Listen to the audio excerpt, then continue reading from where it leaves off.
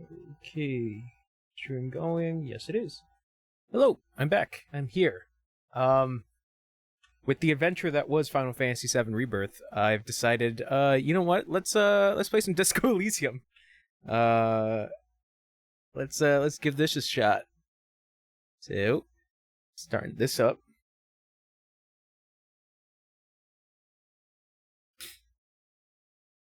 I've only heard good things about this game.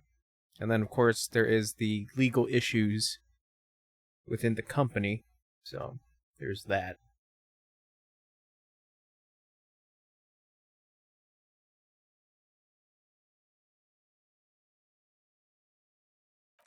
Oh. Something happened. There we go. What?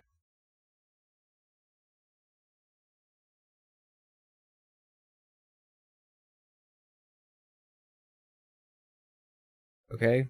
Oh, I gotta change the fucking aspect ratio. Yeah, that's good. Yeah, that's fine, I guess.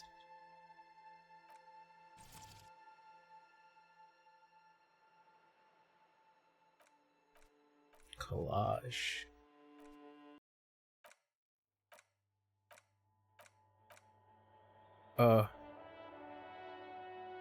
Yes, I'd like to exit. Thank you. New game! Ooh. Create your own character. Alright. Select archetype. Thinker. Extremely intelligent, very bad with people, knows interesting facts, comes with original ideas. Sensitive, a very psychological, a magnetic personality, but unstable, might begin to lose his mind. Physical, extremely physical, interacts with the world through his body, gets things done, but dumb as a rock. So Encyclopedia, Inland Empire, hand-eye coordination. Intelligence 5, Physical 1. I don't know what FYS or Moat is. Oh. No, okay, hold on. No, I'm gonna create my own character. How many points I got? Ah. Okay, so intellect, physique, psyche, physique, and motorics. How agile you are. I'm weak. Terrible.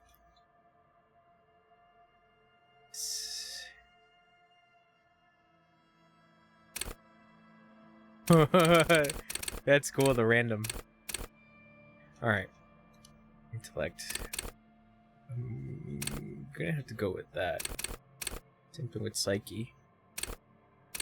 Yeah. Yeah. Let's see how this goes. Oh. Signature skills. Logic. Wield raw intellectual power. Deduce the world. Encyclopedia. Call upon your knowledge. Produce fascinating trivia. Rhetoric. Practice the art of persuasion. Enjoy rigorous intellectual discourse. Drama. Play the actor. Lie and detect lies. Understand creativity. Oh, sorry. Drama. Conceptualization. Understand creativity. See art in the world. Visual calculus. Reconstruct crime scenes. Make laws of physics work for the law. Volition. Hold yourself together. Keep your morale up. Hunches and gut feelings, dreams and waking life. Inland Empire. Empathy. Understand. There's a fucking bug in my room. God damn it. Sorry. Empathy. Understand others. Work your mirror neurons. Authority. Intimidate the public. Assert yourself. Esprit de corps. Or core. Excuse me. Connect to Station 41. Understand cop culture. A suggestion. Charm men and women. Play the puppet master. The art is like really trippy. Endurance. Take the blows. Don't let the world kill you. Shrug off the pain. They'll have to hurt you more. Flex powerful muscles. Enjoy healthy organs. Sorry. Pain threshold. Physical instrument. Electrochemistry. Go to the party planet. Love and be loved by drugs. Shivers. Raise a hair on your neck. Tune in to the city. Half-light. Let the body take control. Threaten people. Motorics. Hand-eye coordination. Ready, aim, fire. Perception. See, hear, and smell everything. Let no detail go unnoticed. Reaction speed. The quickest to react, an untouchable man. Savior affair. Sneak under their noses, stun the immense panache. Interfacing. Master mechanics, pick locks and pockets. Composure. Straighten your back, keep your poker face straight. I'm sorry. Keep your poker face. So choose...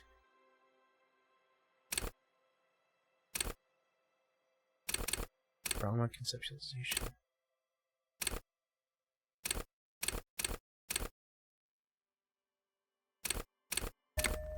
Empathy.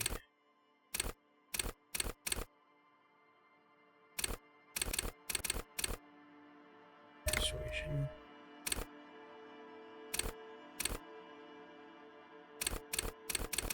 And coordination.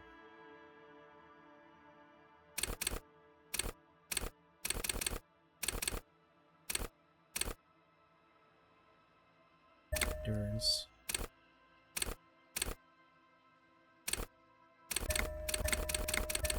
Okay, they only choose one.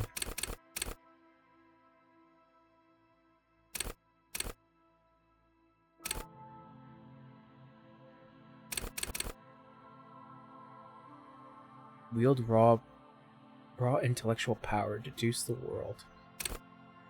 Cool for analysts, pure rationalists, obviously logicians. Logic urges you to analyze. I don't know if I said that correctly. Logicians? Logicians?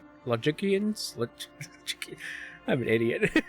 Logic urges you to analyze the living daylights out of the case. It enables you to piece evidence together, detect inconsistencies in statements, and impress everyone with your astonishing conclusions. It's the bread and butter of many detectives. At high levels, logic will be able to solve even the most complicated puzzle. You'll be very proud and thus susceptible to intellectual flattery. For those blinded by their own brilliance, oh, so it comes with a hubris debuff. Own brilliance often miss important clues. With low levels of logic, you're going to have a hard time solving even the simplest puzzles. Even if you find the pieces, good luck putting them together. That's fucked up. Encyclopedia. Empathy. Empathy breaks into the soul of others and forces you to feel what's inside. It enables you to notice social cues others may miss. Perhaps a hidden sadness you could coax out a little more. A strange joy from someone who should be bereaved, or hidden resentment that would return to harm you later. At high levels, empathy really puts you in other people's shoes. You'll cry for their sorrows, punch walls to relieve their angers, and be even more unstable cop. With low empathy, however, you'll be an ungainly beast, unable to talk to anyone without unsettling. That's really good. That's really funny.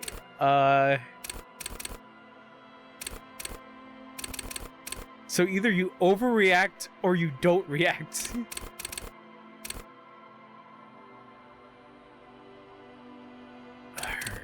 Reaction speed, hand-eye coordination. Oh no. Sorry, oh no.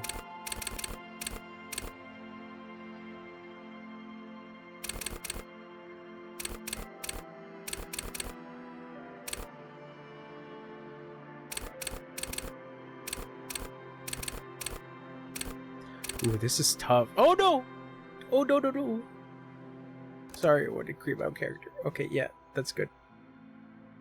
Now I gotta figure out my signature skills.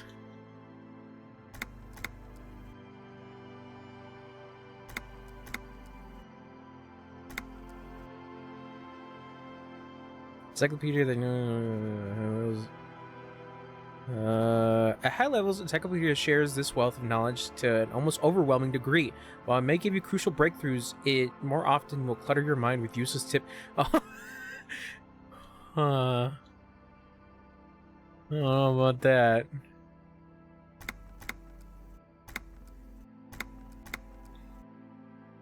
So hand-eye coordination. Hand-eye coordination loves the interactions between you and things that fly in the air and enables you to catch coins from mob bosses, shoot straight, and understand firearms immediately.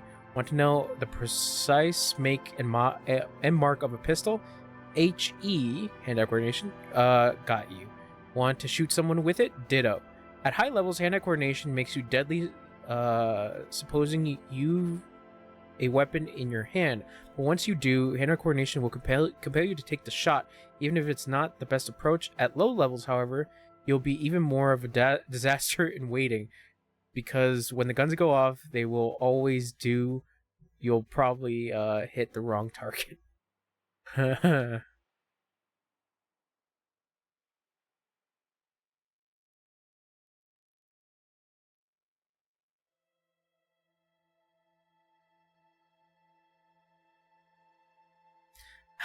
Okay. Drama urges you to treat the world as a stage and on it to perform, and enables you to lie and concoct the most elaborate and wonderful stories, to take on ingenious personas and perform acts of stagecraft in an entertaining amalgam of forbearing and deceit. As well, it enables you to see through would-be actors and their false antics. If they lie, you'll know immediately. At high levels, drama may render you an insufferable thespian, one prone to hysterics and bouts of paranoia. For to know the world is a stage, is to know the truth is a vanity. However, with low drama, you cannot lie or discern when others lie, and a cop who can't do either is a cop who's going to be lying 6 feet under.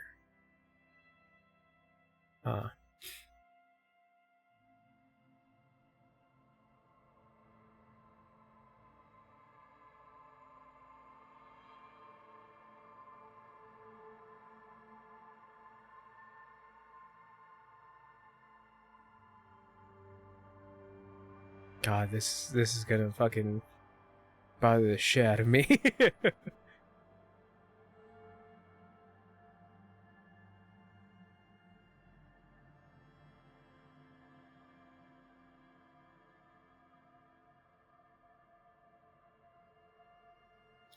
Ooh.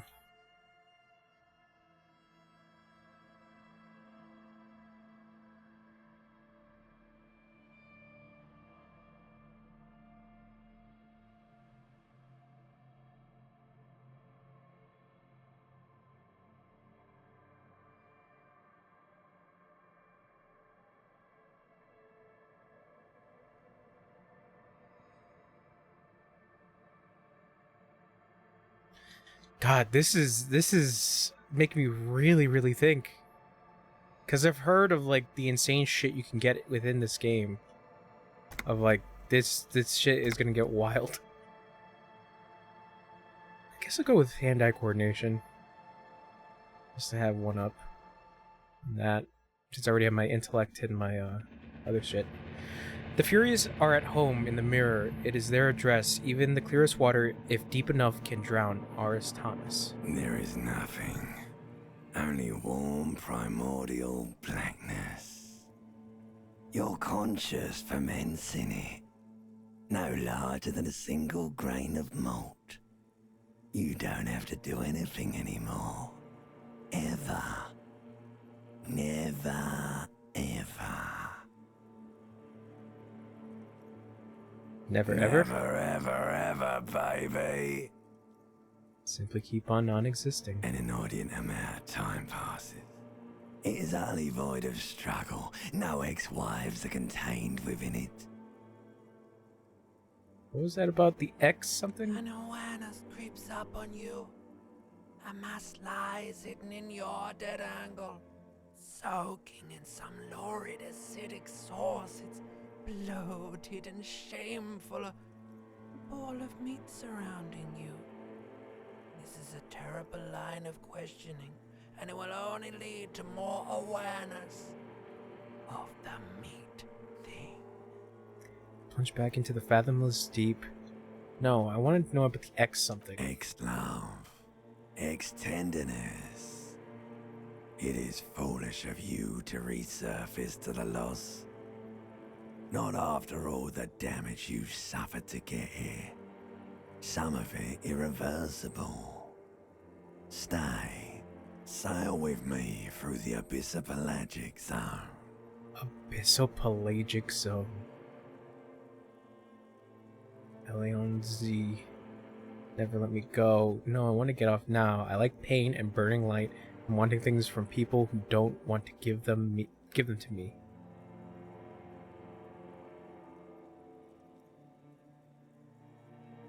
Alright, nothing down to fuck all, borough. Return trip to silence, please. Let's visit the ancient Zero home. Look there, I'm tired of being this type of animal, and who gives a shit?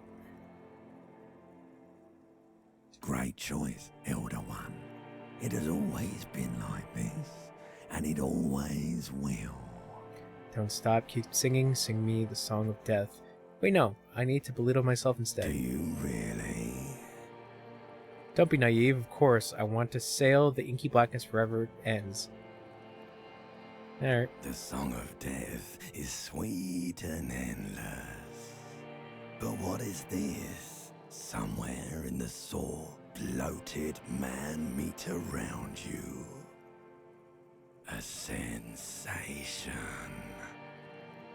Like a fly to the ointment, your conscience sticks to it. The limbed and headed machine of pain and undignified suffering is firing up again. It wants to walk the desert, hurting, longing, dancing to disco music. You can take it. You're a champion. Medium success volition. Mother help me, there's a head attached to my neck and I'm in it. Stop, I don't want to hear any more of this sensation. Take me back to the formless, disembodied nothing. No, I'm scared. I am a champion. Oh, no, I'm not scared. I am a champion. The stench of liquor rises from your mouth, and with it, an ungodly headache. Help, somebody, cut my head off. It's trying to murder the rest of me. Who am I? What sort of creature does this to their own mouth? Okay, I'm a bit scared now. Let's go back to the dark. A fiery streak penetrates your skull, trying to force your eyes open. It's a sound, a clarion call from hell. Somehow, you know what it is. A caprice to name a motor carriage. Open my eyes.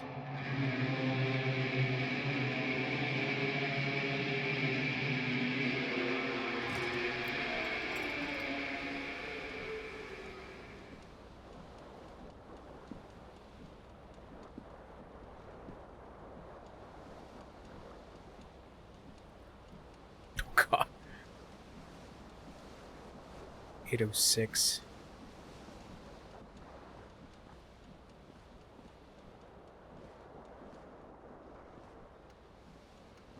Oh, okay. This magnum-sized bottle of Commodore Red is empty. This reel-to-reel tape player is still on, rolling empty. Hold tap to highlight. Somebody tore this thing.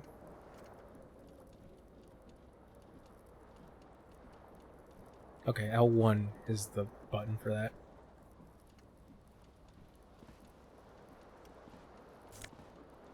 Take MK green shoe.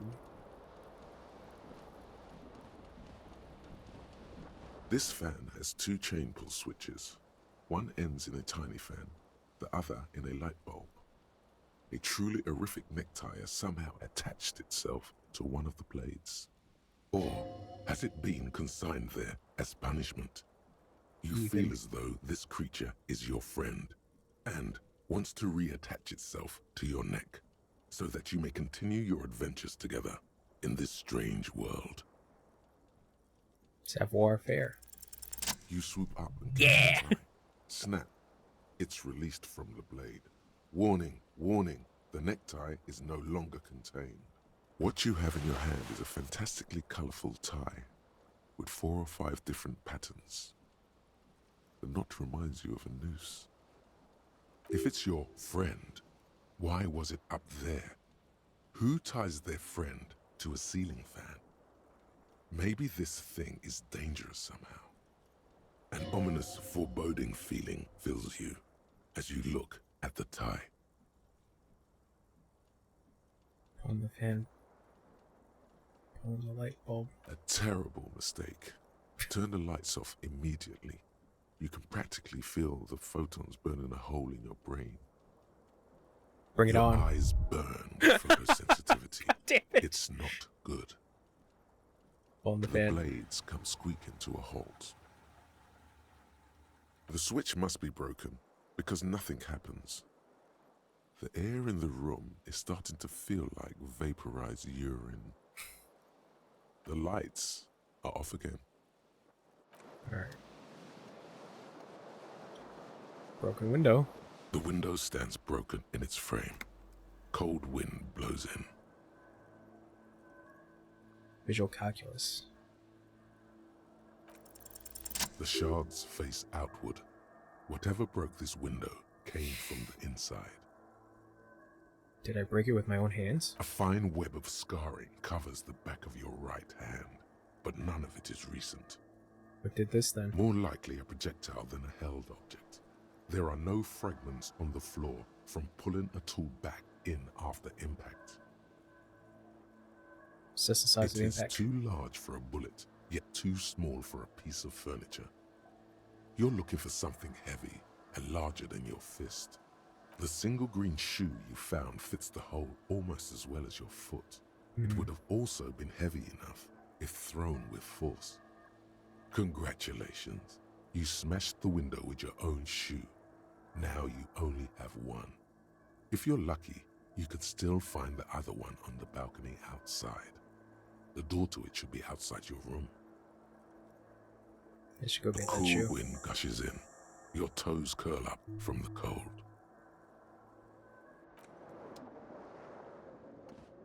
Pants.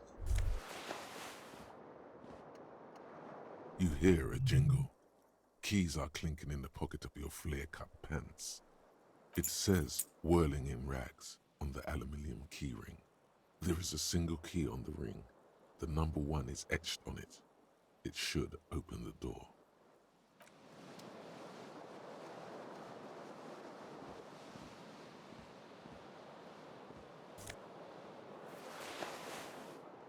Disco ass blazer.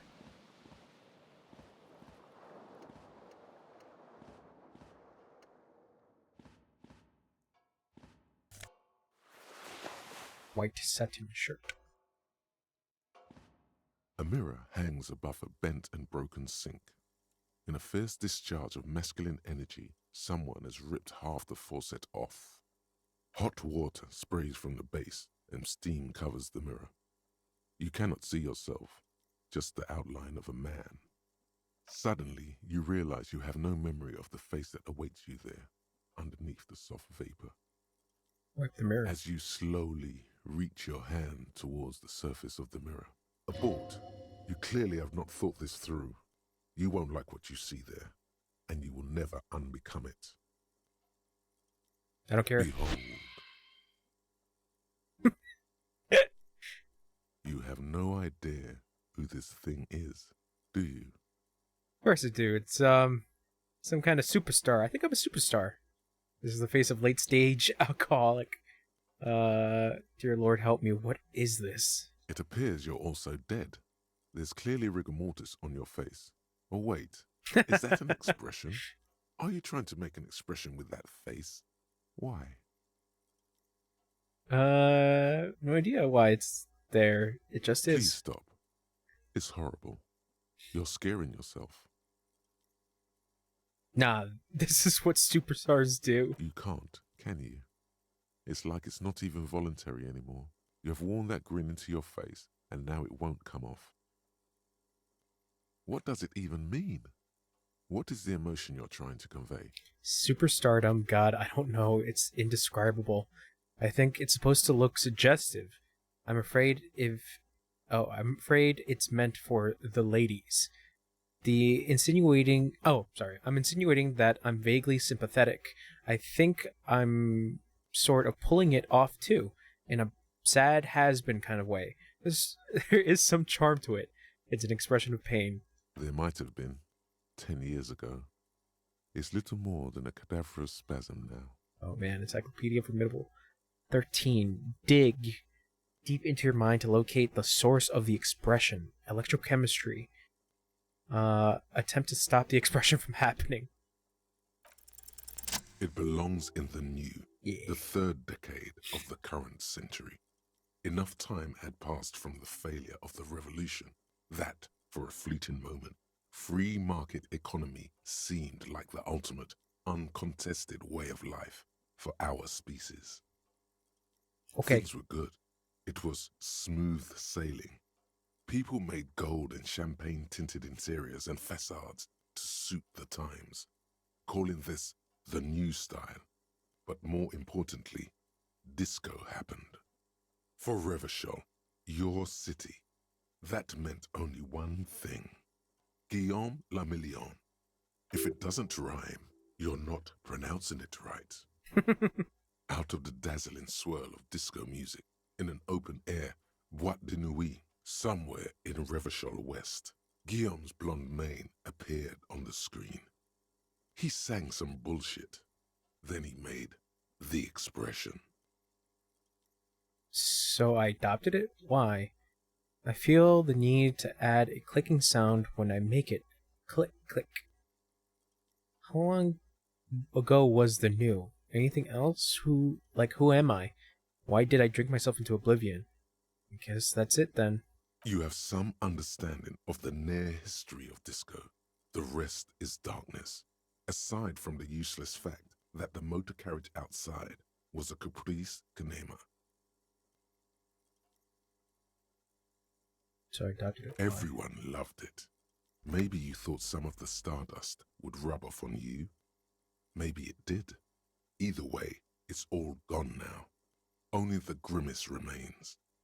I feel the need to add a clicking sound. The click is used to spur on a horse. It also features heavily in Guillaume le Million's regional mega hit, Don't Worry, Your Pretty Little Head. How long ago was the new? Some 20-odd years. There is a vast ocean of time between right now and the expression. Looking good on you, or anyone. Humanity has run aground in that time. It's a different world now. The expression is a relic. Guess that's it then. It doesn't have to be. You can swoon over Guillaume and his champagne-corked smile whenever you want to. Maybe some of the stardust will return. Yeah, let the mirror be for now.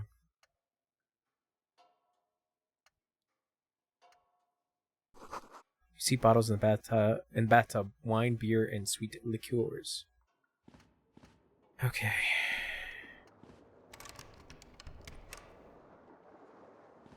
Assuming that's locked. Yep. Oh, cool. Okay. Leads to that menu.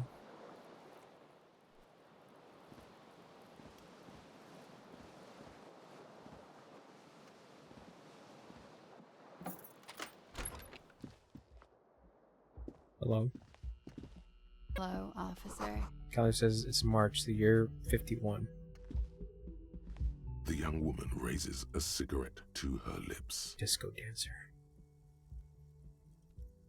Officer, am I military personnel? No. She seems perplexed by your question. There's only one solution to this. You're a businessman. Wait, I know. I'm a businessman. Chief executive officer, right? Then why did you call me officer? Because you're a police officer, sir. She pulls on her cigarette. Are you sure? You're shitting me. Goddamn right I'm a policeman, and don't you forget it. You shit me. Unless you've been shitting us all this time. She takes another drag. All this time? You've been here for 3 days. On official police business, no less. And what business is that? Couldn't say. In truth, so far, mostly drinking. Why don't I remember being a cop or anything else? Who in their right mind would let me be an officer of the law? Suggestion challenge. Try the expression. On her. Let her know you want her physically. I should get going now. Oh, man. I want to try. The words have already left your mouth. I want to have fuck with you. What was that? That's not even how words are used. What did you say? Come on. Say it again. No, I don't Come want on, to. man. Pretty, please. One more time. All right, I said I want to have fuck with you. Goddamn right you did. You crazy asshole, you. What kind of cop are you? Let's see. I'm a cop of the apocalypse. Superstar cop. It's been established. I'm sorry. I don't know why I said that. You're pretty. I'm sorry. I'm the sorry cop. I'm sure I'm a cop at all. Oh, I'm not sure I'm a cop at all. I sure don't remember being one. I think I might have lied. Don't be. It was funny. And anyway, who gives a shit? Who gives a shit about any of it? Damn. Living in nihilism. She appears to genuinely want you to understand it's okay. So what if you can't pull grade A pussy anymore? There are other things in life. More meaningful, more fitting for a man your age. This is Fata Morgana. One thing though. She extinguishes her cigarette. It's gonna suck for you later when you have to interrogate me.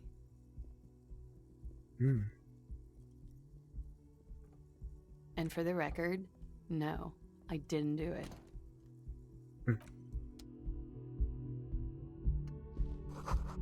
Looks like she left a nice long stub in the ashtray. It's still smoking.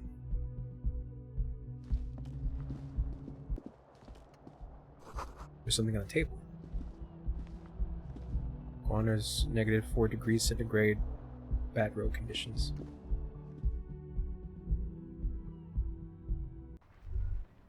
Let me go get my shoe.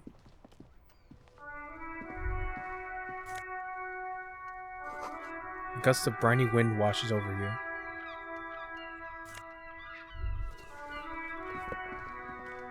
There they both are. Two identical shoes, both copiously green and indiscriminately snakeskin, reunited on your feet, like two baby crocodiles.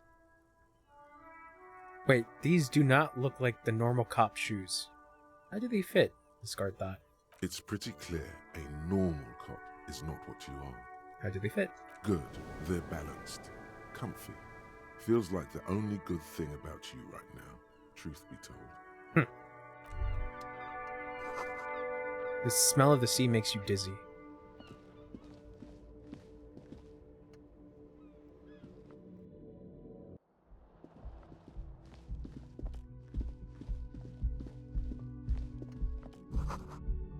This is the weekend edition of the satirical newspaper Trompe Le Monde. The door is closed. Leave. I'm not gonna. I already said I want to fuck. I'm not gonna do that. I'm not gonna bother this lady.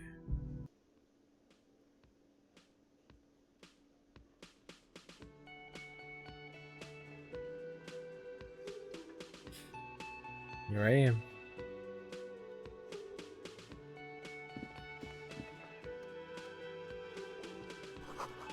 This is where the lyrics would be.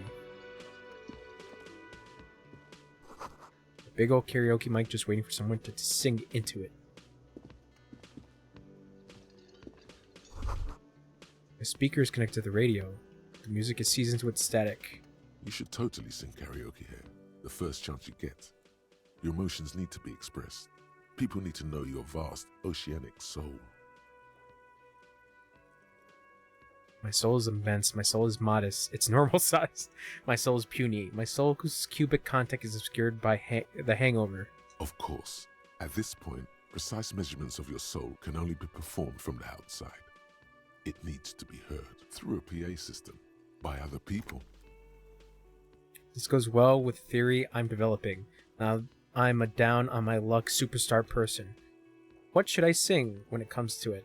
Finish thought. You have not yet stumbled on the right lamentation, but it's out there. It'll come to you. You will wreak havoc with it. Don't worry. Lamentation sounds good. They'll really get a gauge on my soul with that. I was thinking maybe I could sing something happy, get the people going. No. Don't sing the happy song. It's stupid. Sing the sad song. It's profound. You have to find something tragic to sing first, though. Okay. So I gotta find a song.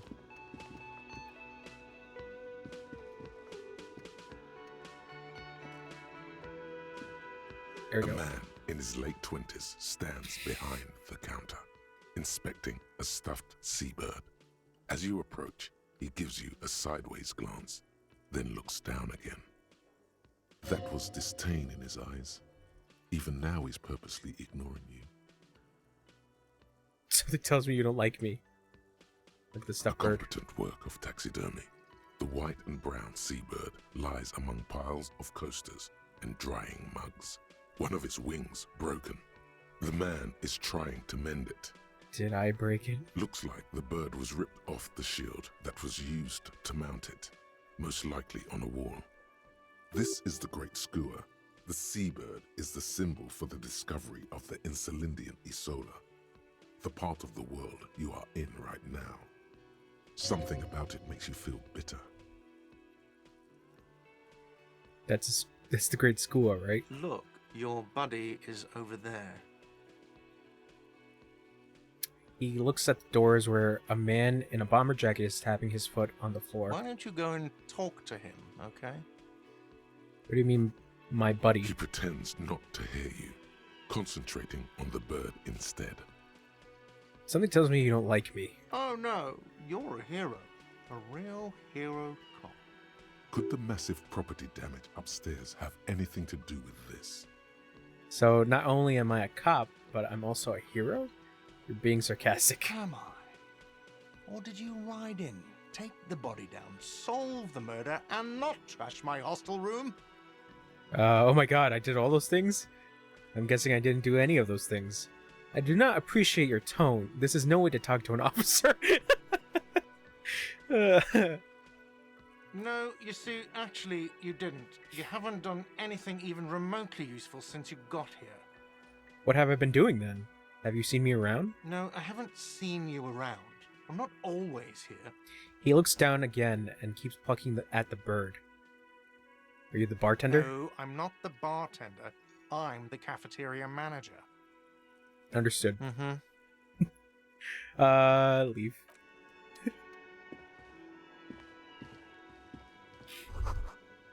The menu has been wiped clean, only the word Monday is written on it. A woman's hand wrote the yesterday's menu. Today starts in a man's handwriting. Take. Healing item. This is a water cooler. A large bubble is rising to the surface. Soft purr of an electronic juicer comes from the kitchen. Someone is working. The door is bolted. A sign reads, "Kitchen reserved for personnel until 13 o'clock. 13 o'clock. Sign reads, "Mess hall reserved for union members. Open doors at 16.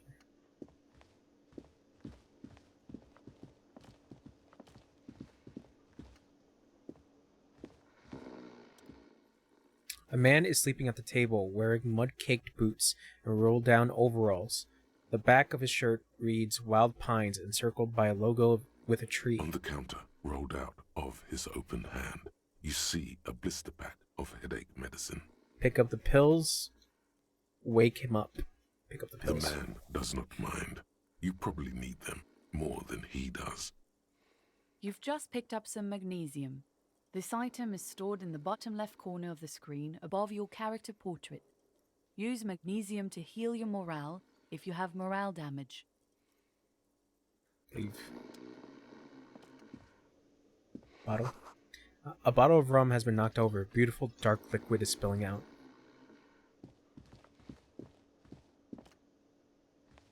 Hello, Hello, sweetie. Lena, the cryptozoologist's wife. You shouldn't keep your colleague waiting. She nods towards the man in an orange bomber jacket. This is a Royal Pinball Machine. Is unplugged. This Royal. Okay. Anyways, bomber jacket. A bespectacled man in an orange bomber jacket is tapping his foot on the floor. Looks like he's waiting for someone. As you approach, he narrows his eyes and extends his hand in greeting. If an assault were launched on this building right now, if the windows came crashing down and the whole world descended upon you, this man would hurl himself in death's way to save you. You are sure of this, but why? Shake his hand. Hello. I'm Kim Kitsuragi, Lieutenant, Precinct 57. You must be from the 41st. You realize he's waiting for your name. This is your chance to come up with a really good name for yourself. Get creative. Conceptualize. I don't really know my name. Conceptualize. Invent a name for yourself. Concentration makes you squint your eyes. Your name should be deep gold and orange, like a forest fire looming on the horizon, but mixed with the stench of liquor rising from your breath. You're 2 steps closer to it, but there are still many to go. Is not yet time. Okay, then. He proceeds to the information, then disregards it. It looks like we had a little scheduling error on Sunday. Saturday too, actually. Have you had time to talk to the manager here? What he means is, he has been trying to meet up with you for 2 days, but you have been otherwise occupied. You mean him? Not towards the cafeteria manager. Yeah, I just talked to him. No, I haven't. There must be some kind of misunderstanding. You're taking me for someone else. If you don't mind, we should talk to him again. Ask him for a rundown of the area. Now that I'm here as well. I understand the scene is out back, right? It also wouldn't hurt to assure him the police are finally here. In full force, I mean. Have you mapped out the initial interviews? Yes. The police. I'm aware. I'm a policeman. What interviews? I have, yes. I haven't. At the 57th, we like to prepare an initial list of persons of interest, and then just skim the surface. Prepare the field, get to know the players. You don't do that? Maybe it's not an inter-district practice. I haven't. Okay, we'll have time for that after we take a look at the coroner's case. Good. Have you removed the dead body from the tree? Look, man, yeah. Dead body? I don't like dead bodies. No, completely.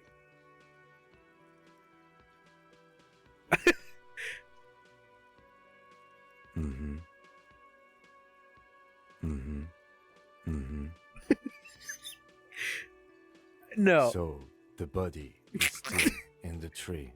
This is the first time you detect a weariness in the lieutenant's voice. It is obvious he would have preferred for the body to no longer be in the tree. Where it has been hanging for 7 days straight. We should go there as soon as we are done talking to the owner. What if I told you I'm not really a police officer? How can you be so sure I'm from the police? But I can't remember anything. What are we supposed to do again? Let's get moving then. Talk to the manager. Then we go out back and take the body down.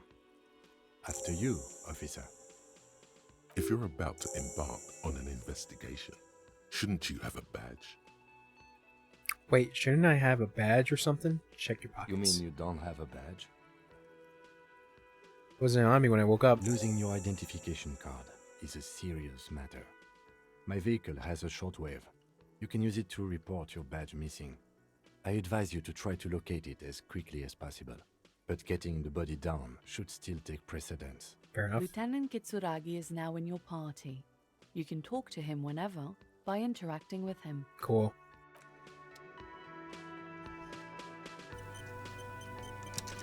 Nice.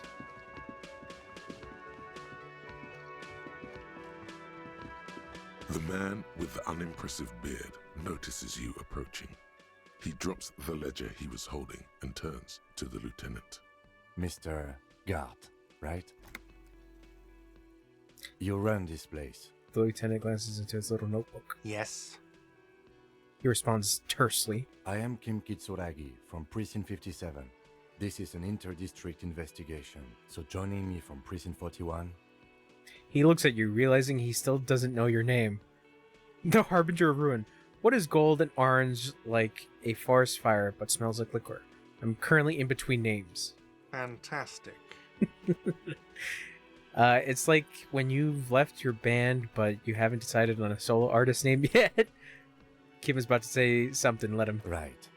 Now, I know it took us a while to arrive at the scene.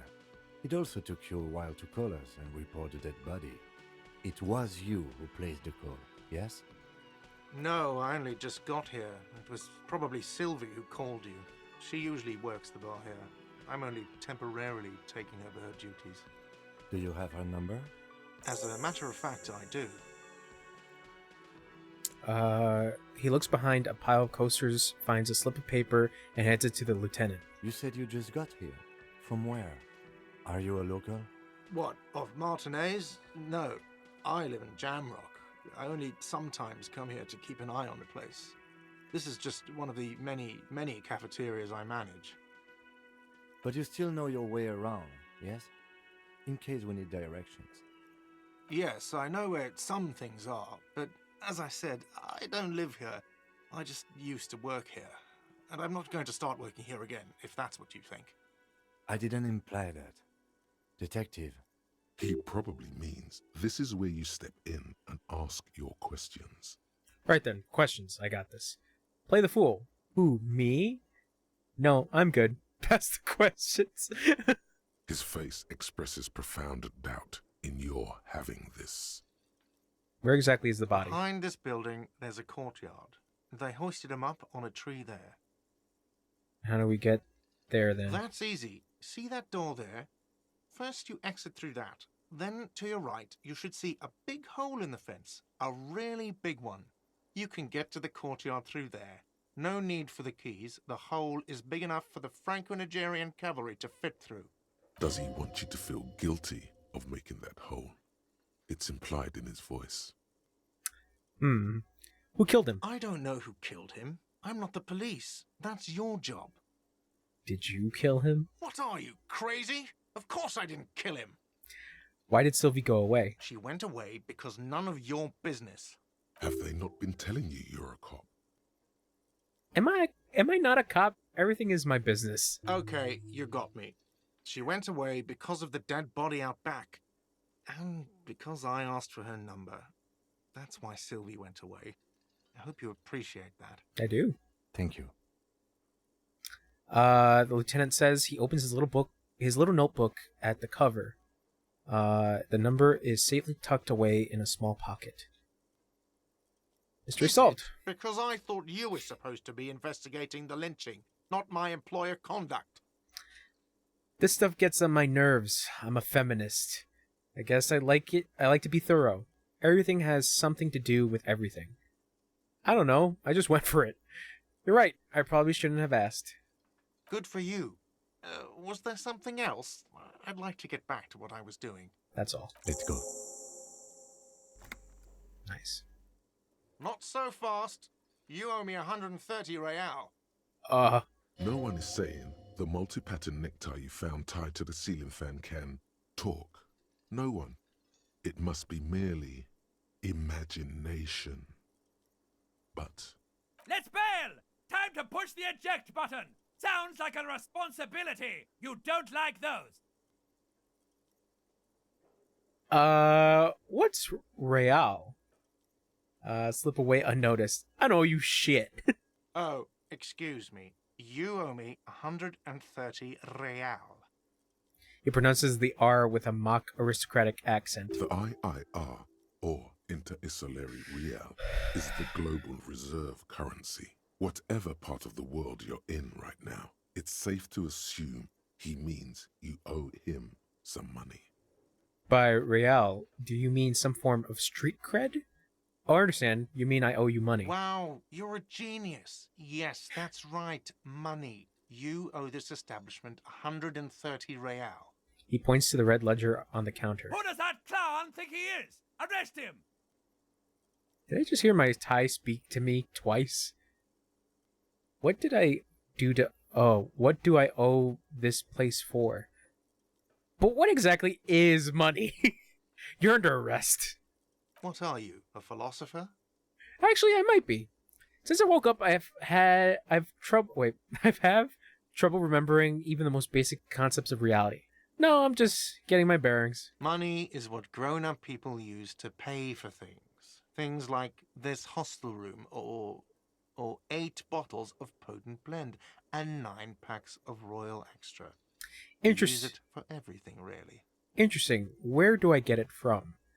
But why do I need it? But what if I don't have any? I don't think I have any money. There's a shuffle of nylon as Lieutenant Kitsuragi looks for something in the pockets of his orange bomber. That's cop 4. I haven't offered to pay because I don't have any money either. Did I just hear my tie speak to me twice? No one is saying that! No one is saying that Ty can talk! That would be ludicrous! It's just that you should arrest him! It would be wiser! He wants to take your money! I'm not comfortable with this. Try to somehow tuck the tie away. Great advice. I'm considering it. Give the tie an affirming tug. No way. I have duties. I'm a cop. I'm not talking to the tie. Take tie off. The lieutenant looks at you tugging on your garish tie. He puts his hand on your shoulder. If you don't have the money, it's okay. None of us are in this for the wages. What do I owe this place Let's for? see. 3 nights at a tariff of 20 real comes to 60 real. Then there's the window you annihilated. The hole in the window was the first thing I saw when I came to work. So don't try to tell me you didn't. That will be 40 real in damages. Another thing you've annihilated is half the bar. You've run a tab of 30 real. Actually more, but we'll round it down to 30 for your hard work maintaining the stability and order of Revachol. That's 60 plus 40 plus 30 equals 130 real. And yes, real is still money. What happens now? I'm sorry, but he has to pay. I can't let him stay here any longer if he doesn't. If he doesn't have the money by tonight, then... He shrugs. Officer, maybe you're better off working this from home for now. You live in Jamrock, right? It's not that far away. Isn't there somewhere else I can stay around here? I don't have a home. I don't remember where my home is. Fuck this place. I'll take my chances on the streets. I'll see what I can do. I'm sorry I couldn't help more. You should take this up with your station. I have a shortwave radio in my car, okay? We have to get this investigation started now. Good luck. By the way, where is home? The address is coming up blank, and this place sure isn't it. Do I even have one? But you've been at this hostel cafeteria for only 3 nights. Where were you before? You had to be somewhere. Up on Marble Hill. I don't know. Near? South, maybe? Far away? You don't really know, do you? I don't. Does this mean I'm homeless? I have only a vague blackened image. South, maybe. Doesn't sound like somewhere you can stay if you run out of money. Could I trace the way back somehow? To the exact street? The exact number on a building? I'll live in a dumpster. I don't care. Fuck everything. Hobo cop. You can try. Run some addresses in your head when you get the time. Maybe a street or an apartment will appear.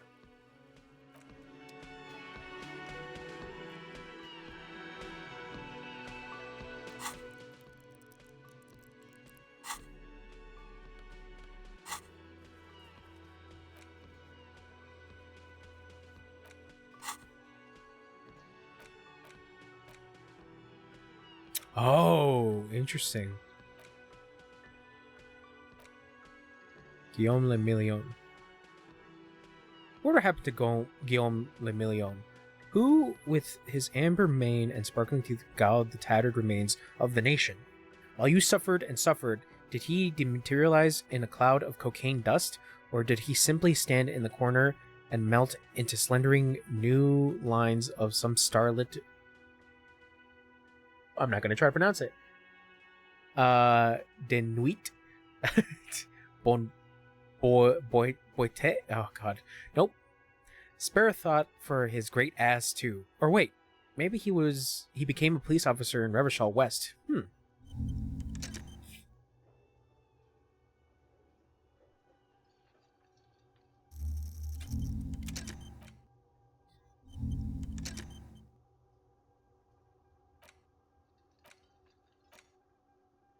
Let's rewind. Let's trace your drunken steps back home. Jump across the raised channel bridge southwest from here.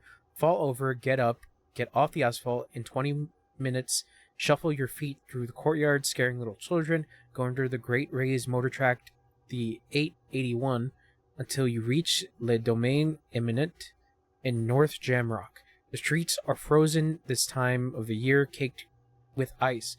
Walk down Main to Perdition. There's a side alley there and your footprints in the mud.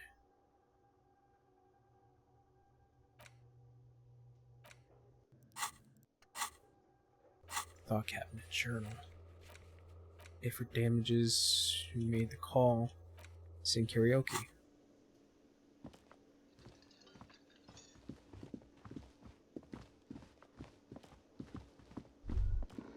That sugary black rum stain on the counter makes you teary-eyed with joy.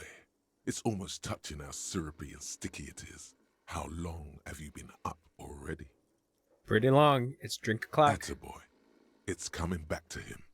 You had your mesolimbic reward pathway worried there, not thinking about drinking all that time. It was like you weren't yourself. I've been secretly thinking about it all this time. Actually, should I be thinking about this? Looks like drinking hasn't turned out too well for me. Now that you mention it, I do need a rum and lemonade. I'd love for a Garte to serve me up a beverage. Maybe later. Maybe later? What is this? Casual Friday? What's with the lackadaisical laxman attitude? You used to be passionate about getting your drink on. Show me you're still young. Show me you have the fire in you. Lick that stain off the counter right now. I'll lick it later. I don't want to lick it. I'll lick it later. Right now, motherfucker. Lick it, but only a little. Don't lick it. Lick it. What happened, man? You used to be cool. Go get your boring normal person drink then. Get your drink on and your act together. Holy shit. God damn. Alright, let's get out of here.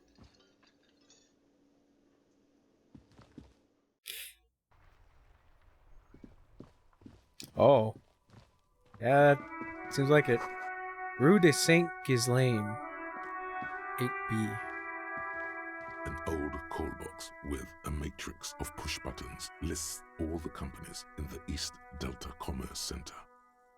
This button looks new, but someone has removed the name card. Nothing happens when you try to ring it. Huh. This button looks new. It's probably not connected yet. Takes a step back, inspecting the others. The other names on the list.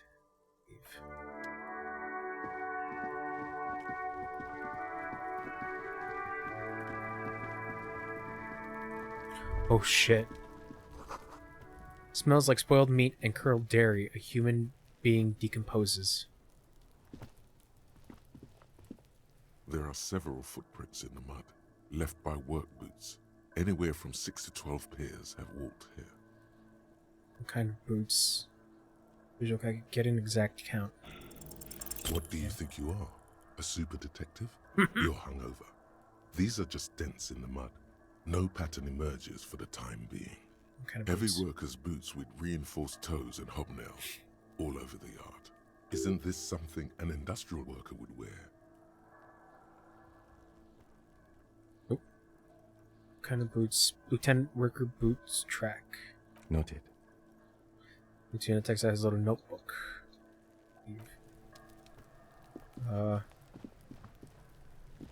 Kuno's got this. The boy throwing rocks at the dead body can be older than 12. Can't be older than If 12. there ever was such a thing as an ugly kid, then this is it. He's almost exquisite in his ugliness, like a gremlin. Oh yeah, Nappa Gumpy Kuno! Yells the other kid behind the fence. Hey kid, a word. Police business. A moment of your time, please. I'm not getting into this right now. What your time? Can't talk, pig. Shit's coming up strong. Throwing rocks. Shit coming up strong. That sounds good. Joyous. You should hang out with this kid and see what that juicy shit is all about. Juicy what now? I mean drugs. The kid's on drugs. Oh. Yeah, Kuno, ride the lightning, Kuno! What? Kuno's riding at sea. He wipes sweat from his brow and sends another rock flying. The rake, Kuno! You should throw the rake at him, Kuno! The fuck does Kuno know what a rake is? Kuno's not a gardener. Kim, what should we do? Are you kids siblings? Kid, you want to hang out? I'm not a narc. Look, I have questions. I don't have time for this. We shouldn't do anything. I don't tempt such forces. What forces? You will see. The language these kids are using, pure unfettered id. There will be no reasoning with those creatures. Are you kids siblings? The fuck are you talking about? He's calling us Kuno! Says we're fucking each other! What?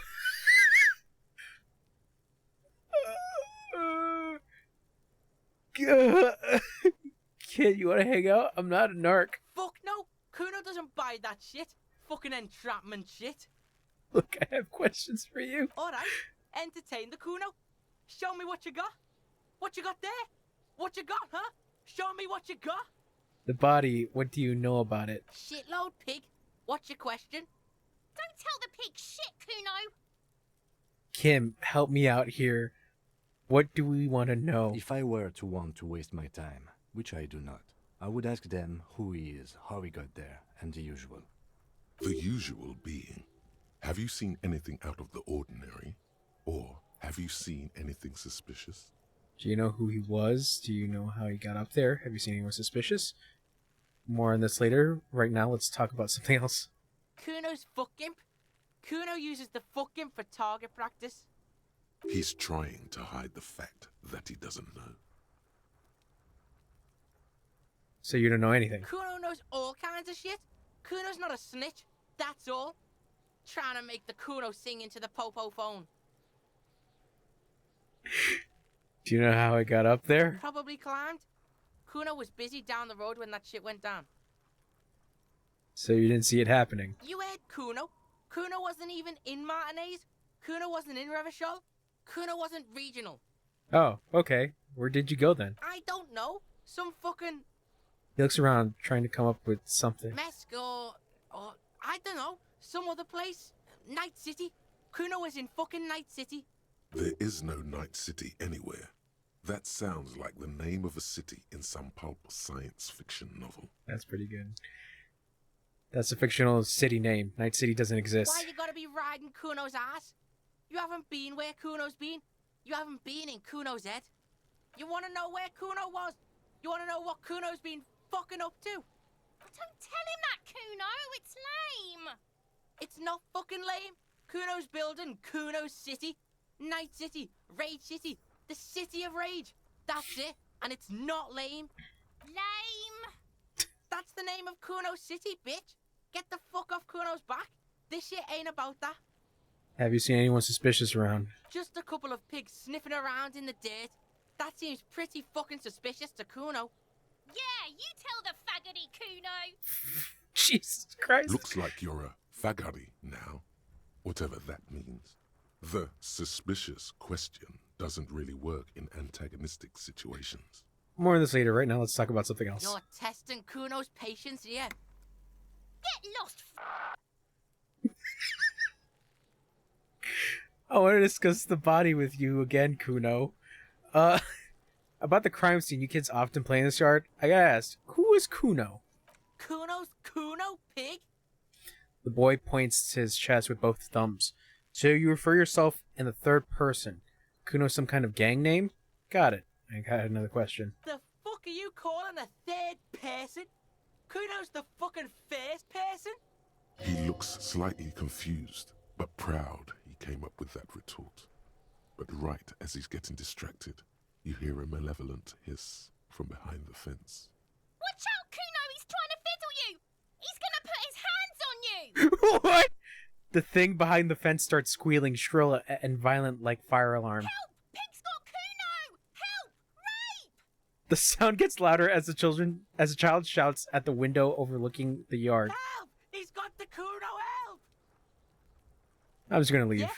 Get out of here before the Kuno beats the shit out of you. Yeah, that's right. Drag your fat ass out of here, fat boy, before Kuno fucks you. Bang! Got fucked by the Kuno. We alright?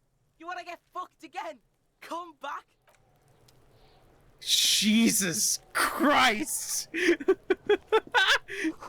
Someone's trying to go herbs in this greenhouse. This kid's ladder is rickety but climbable. His ladder is for kids, it wouldn't hold the weight of a grown man. The corpse looks at you with bulging white eyes. The face around them does not look human. It's swollen and ready to burst. His lips are fish-like and his tongue like a ball gag in his mouth. You seem to be holding your breath. Look A down. cargo belt twists his neck at an unnatural angle. The body below appears stiff. It's letting out an ungodly rot. The smell seeps in, even through your clenched nostrils. God, what is that? Why is it so bad? Active decay.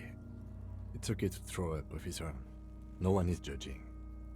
He's about to blow! Cop's gonna blow, Kuno!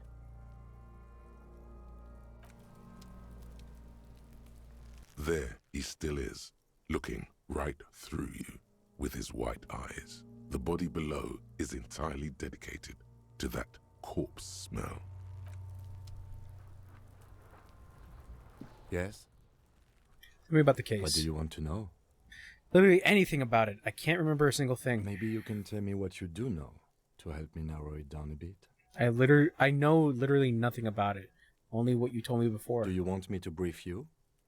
Brief, yes, that sounds good. 3 days ago, the RCM Emergencies Desk received a report about a security guard who was found hanged in Martinez. An anonymous caller said there was a dead body behind the Whirling in Rags hostel cafeteria. The cadaver had been there for 4 days. No one had come to investigate. During that time, the victim had been stripped of his belongings. The caller did not identify him, but used the word lynching. There is an ongoing labor dispute between the local dock workers and the logistics company Wild Pines. I was told we should approach the death as part of this dispute. Wait, does the briefing say who the victim was? Why didn't we know anything about the caller? A security guard or worker of some sort hired by Wild Pines. This was just hearsay from Martinez, of course. We need to find out the truth. They didn't identify themselves in any way. The tone was muffled using a device of some sort. The desk could identify neither the caller's age nor sex. Why hide themselves? There's a strong prejudice against involving the RCM in what's seen as union matters. The dock workers' union is the de facto police in Martinez. Now it appears they've started executing too. We cannot allow that. Hold on, what is the RCM? And the RCM is, of course, yes, I understand everything now. Let me just make this perfectly clear. Our job here is to find the killer? I still don't understand anything. That's us, the Revachol Citizens Militia. We're the police in this city. Oh. The RCM, or the Revachol Citizen Militia, is the police force you and him are part of. A self-organized peace corps of the occupied city of Revachol. The RCM operates within a legal twilight, yet its authority is rarely questioned. It's super useful to know this.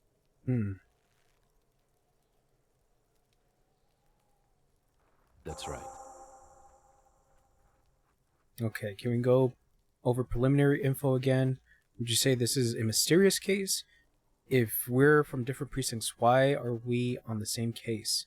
Actually, I have all I need now. I'm afraid you and I are pawns in a pissing competition. Huh. His disdain is clear. This man would not use such an expression otherwise. What do you mean? You don't know? I assumed you were in on it. I don't remember being in on anything. You know, when I'm in on retrograde amnesia. Tell me about it. Better still than an imbecilic cop-off. Cop off. It's just stupidity. We shouldn't waste any more time on it. If you want my take, ask me after we've inspected the victim. You should tell me now. This seems relevant. Later. His voice Was isn't there twitching. anything else you wanted to know about the case? Can we go over the preliminary info again? You mean like a brief? Do you want me to brief you again? No, wait. There's no reason to wing anything. If you didn't get the brief, that's okay. 3 days ago, Oops. the RCM emergencies desk received a report about a security guard. Got it. During that time, the victim had been stripped of his... Mega cool. Okay, then. Was there anything else you wanted Mega to know? cool. I heard enough. Would you say that this is a mysterious case? No, it's not a particularly mysterious case. Why not? The deceased is a security guard for a corporation involved in a labor dispute. It doesn't take a DeLorean polymath to put the pieces together. I just don't see the case getting more mysterious than that. I was thinking something otherworldly might be involved. You know, something supernatural. White males in his 40s, what more do you need? Personally, I think labor disputes are very mysterious. Okay, so the case probably is mysterious, but could it be sexy? There was some interest in this case at my station, but not for the reasons you have in mind. You seem to wish there was Maybe there was a young woman involved. Are you sure there's not some sex angle we should be considering? Oh, I guess it settles it then. Yes, it just so happens there's a beautiful blonde 19-year-old woman at the heart of this case. A rich one, in fact, part of a murder sex cult. Hmm? The weary tone is the surest indicator that the lieutenant is being sarcastic. You're being sarcastic, aren't you? Wow, really? That's mega sexy. I don't have to be it doesn't have to be a cult. It can just be sex murder. It doesn't have to be murder. It can just be sex. Extremely. It can still be an otherworldly sex mystery in your head, with a dark twist even. He's basically challenging you to sex it up with some lurid twist. Don't get right into it. Sit on it a bit. Then hit him with it. Alright, actually, I have all that I need for now. Tell me about the case again. Inland Empire. Convince Kim there's a sexy, dark mystery twist in the case. I think you should know that I can't remember anything. I want to talk about you. No response. He just arches his brow. He's having trouble processing it, believing it even. I really don't remember anything. There was drinking involved. Have you tried concentrating on something other than your personal affairs? That's fair. There is a sudden, harsh edge to his voice, like he's tired of hearing about your personal affairs. I'm afraid this is a medical situation. Move on. Fine. Let it be. But I'm completely lacking basic information about even this organization we're in. Can you help me? So what should I concentrate on? What's wrong with personal affairs? Try work. The case at hand. It can work miracles. But I'm completely lacking in basic information. Fine. We should get through this day first. Off hours begin at 9 p.m. If you're still having trouble then, I can give you an orientation. I appreciate that. Alright. Focus on other people's troubles, not your own. That is a relief. Okay. A moment passes. The lieutenant glances at the sports watch on his wrist. Inland Empire. Only banal Shit. things strike you. At the core, you're a very banal person with a very small soul. One you should be ashamed of. It's no wonder the soft one doesn't want it Feel back. that. It was right to abandon you. Oh God. Alright. Nothing.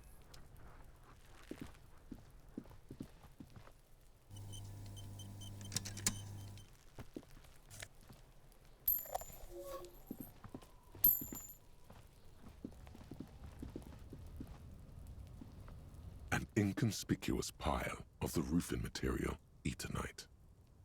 What is this? Why am I looking at this pile of roofing material? It's nothing. Someone just left some roofing material slanted against an old shack.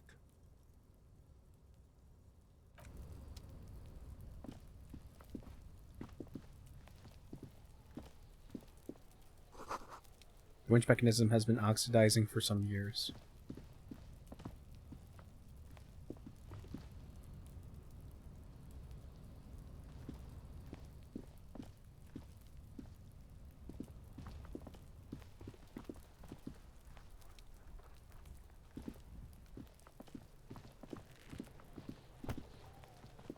Kuno, the pig's getting pretty close to me. Come to snuff my shit out, I think. Take one step Looks like closer. it's time for me to go, Kuno. Pig's come to take me in. I just want to ask you some I'm questions. going away for a long, long time, Kuno. Going away for life. What's going on there? Fuck are you trying to pull, pig? What are those strange words you use, I girl? come from the woods, Guttavitu. You don't want to go there with me. You don't want to see what I've seen. Don't be traumatizing here. Get the fuck out of here. Oh, God. This trash container is locked. The sliding lid has a padlock that says, whirling in rags. There's something in there, not necessarily connected to the case, but still. Why am I looking at you? Trash container. You're just a trash container. The body is downwind from here. Maybe you prefer the smell of garbage to the smell of death. Lieutenant, what do you think could be in there? Trash, food waste from the cafeteria. They lock these containers to keep the derelicts from flocking in. Could be evidence too. Yes, I feel like there's something in there. What do you mean, feel? It's an extrasensory perception. Whatever is in the holds a special significance. Just a hunch. Maybe someone threw something in there. Mm-hmm. He leans in to inspect the lock. Why am I looking at you? How do we get the lock We open? could try using a pry bar. There's one in my motor carriage, Or, Lieutenant? Or we could ask for a key from the manager of the Whirling in Rags. He probably has one. Fair enough. The R wears a crown on the ribbon, a light above descending.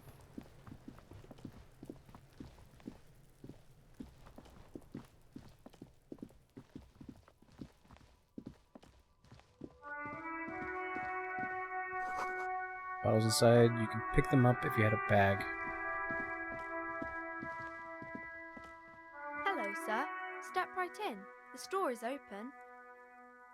Hello. Are you interested in a new and exciting book? She stomps her feet to feel warmer. What kind of store is this anyway? It's a bookstore, sir. We sell books, postcards, and some board games. It's called Crime, Romance, and Biographies of Famous People. Whoa, whoa, whoa, whoa. Hold your horses, little girl. Don't be ridiculous. I know all these You're things. fooling nobody. Don't you sass me. Sir, are you okay? You've been standing here silently for a while.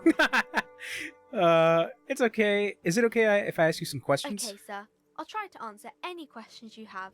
I hope they're about books. What is your name? My name is Annette, sir. My mum, her name is Plaisance. She owns the store. She's inside minding the register or organising the stock. The girl gazes at the window, then suddenly jolts her eyes wide as if recalling something. Feel free to step in and browse our wares. And you're standing out here in the cold I'm because... signalling that the store is open. Otherwise, people might not know. They'd miss out on the crime, romance, and biographies of famous people. A sudden gush of wind turns the pages of the books on the counters. She covers her face, smiling. But she's cold. You're cold. Can I help in some way? I should have a word with the store owner, maybe. Such a good trooper, such a good trooper you are. Already learning the value of hard work. Pat her head. I could help by brutally dismantling the free market. Kind of you to offer, sir. She doesn't know what to say. What could you do to help her anyway? I should have a word with the store owner. No, sir. I'm happy to help Mum by luring in customers. Besides, I have some hot juice in my vacuum bottle to keep warm. Shouldn't you be at school or I something? do my studies at home at the moment. I have to help Mum keep this place running. Isn't going to school more important than this? School's stupid. You're lucky not to be there. What is school anyway? Mum says it's necessary to do both because it builds character. Mum says a proper worker is dutiful. That's how you get ahead in life. You succeed. How's the business going? Mum says it's peachy. She was a little afraid at first. There's talk about this house being cursed. Behind her, the window has been boarded up. You sense the boards creaking, twisting for a second, and some kind of doubt in her tense shoulders. Cursed in what way? Cursed in the way that makes them say that no business has ever really thrived here, sir. That they all go... Bankrupt. Exactly. But we've been doing fine so far. I don't think curses are real. This sounds rather serious. I should probably look into this. Narrow your eyes and look through the creaking boards and the window. We can go into the bookstore and ask about the case, but I don't see much more to look into here. Lieutenant makes a note in his notebook. Yes. Please do also look at our wares inside. The postcards and board games are there, sir. Stroke your chin. Enough about these curses for now. Maybe I can tell you about some of our books instead. What is this crime business? Crime fiction is about murders or burglaries or things like that, and the work of a policeman or a private detective who's trying to solve a crime and catch the criminals. Wait, not crime fiction. I need to know what crime is. Why would anyone want to read about crime? Okay, I get it. Crime murder gets the people going. And it's kind of like a puzzle too. You can guess who the criminal is or how the good guys are going to catch him. I'm a policeman myself, by the way. You don't look much like a policeman. She examines you as if to find something policeman-like. Huh, well, what does a cop look like then? Okay, maybe I'm not a policeman. Or should stop being one. Didn't mean to offend, sir. Sorry, sir. It's just that you don't look like Dick Mullen. Dick Mullen. She points to a book cover on which you see a strapping Vespertine officer. He stands grimly over the body of a dead woman. Oh, that's a little too far. I used to be exactly like that Mullen guy.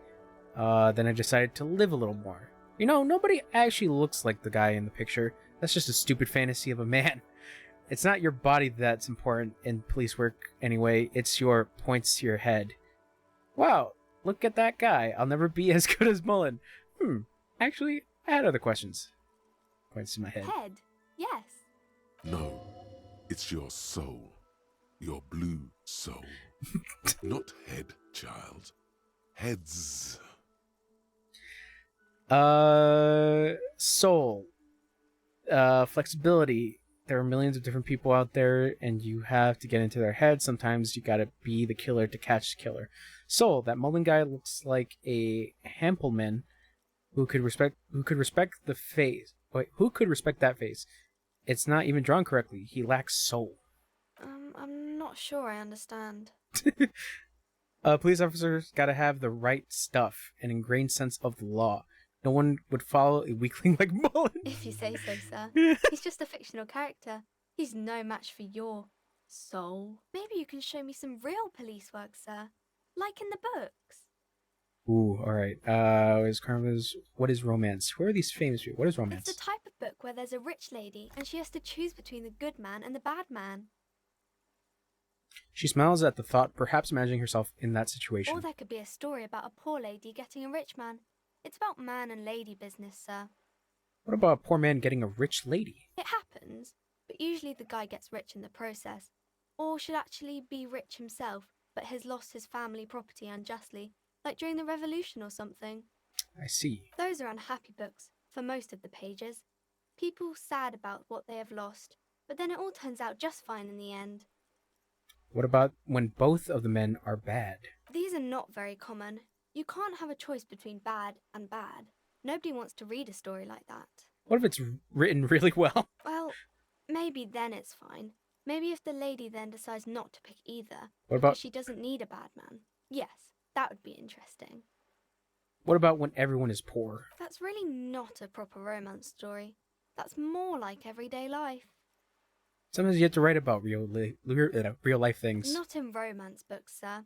These are about nice and pretty people, and everyone is happy in the end. What about a book where the man and lady business doesn't work out at all? I haven't read many of those. Maybe you should ask Mum. Yeah, she has one about an excruciatingly... Wait, you think she has one about an excruciatingly painful breakup? I don't think it's a romance story if the main characters break up, though.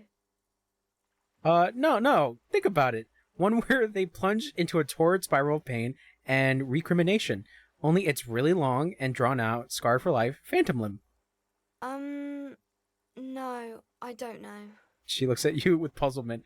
Doesn't ring a bell? Alright, I'll ask your mom. Yes, she knows books. Definitely. What was that?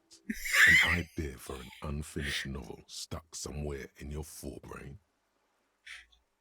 Alright, that's enough romance for me. Maybe some about other books? Who are these famous people? Oh, kings and queens and generals of old, or artists and writers, or musicians, those kinds of people.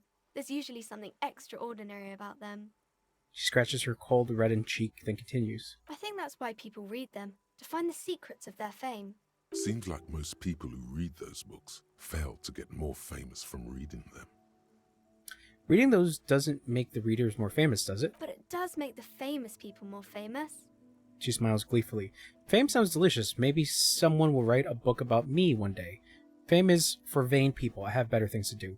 These famous people sound like a bunch of dorks. Why would they do that, sir? Because I'll be a superstar cop in the papers and everything. That'll show him. Indeed why. I'm just an old tired cop. What use am I? That's so cool. Maybe they'll make you a book cover picture and everything. Right. Standing over a dead body, holding a gun. Juice. You failed to produce anything substantial. She waits intently. I'm a detective. I deduce that you are a girl. Come on, anyone would notice that. Okay, bye. See you around, Annette. A book about the future. The government reads your mind using radio technology. A book about boyadilero culture. It promotes freedom and roaming upstream. This book, you don't really understand what it's about, nor does it seem important. It's a book about pate.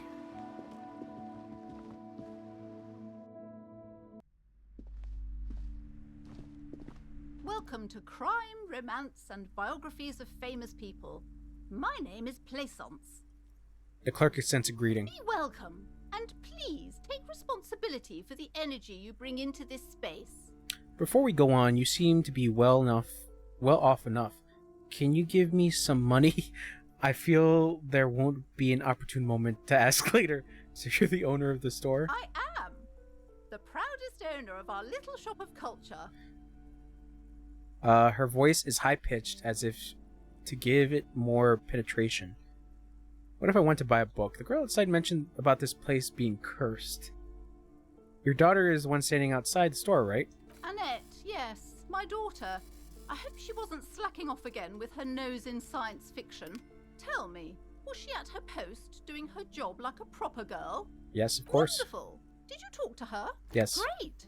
On a scale of 1 to 10, how compelled were you to buy books after talking with her? Her opinion of her daughter depends on how well she lured you into the store. 10. She's My very polite. precious, her dedication brings joy to my heart. If you have children, I hope they turn out as great as my Annette. The way you're handling her strikes me as wrong.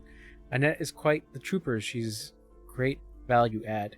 I'm here to dispense to the free market and abolish child labor. Okay, let's change the The subject. woman before you scans the store, her shoulders rigid and tense. Every now and then, she nudges her glasses. Cursed? Who said that? Annette?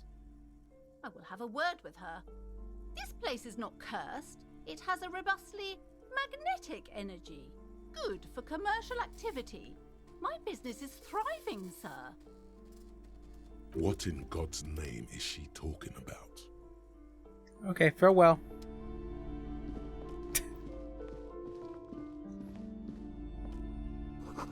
It's a tome of fascist magic, rather candid. Quaint picture book brochure, very colorful.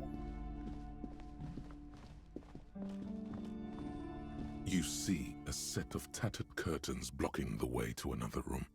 A strange cage-like trinket dangles from the curtains. Excuse me, officer. The back room is strictly for employees only. Pull open the curtains. Just as you're about to pull apart the curtains, the petrified voice of the shop owner cries out once more. Sir, don't touch that. I told you it's off limits for the customers. Her hand has closed around her pendant, her fingers nervously playing with talisman. Parapsychologically speaking, we're done if you decide to open them. I won't be held responsible for the consequences. It's too dangerous. I'm sorry, what? She looks away, mumbling. Why is everyone always messing with the curtains? Why can't they just buy books like normal people? Is it about the curse? Is that why you're afraid? No, it's just a storeroom for the employees, I told you. Now please step away from the curtains. But I sense this place is calling for me. I must investigate beyond the threshold. I don't care. You can't stop me. I'll open them. You do? My God. Even more reasons not to mess with the curtains. Just step away, dear sir. No!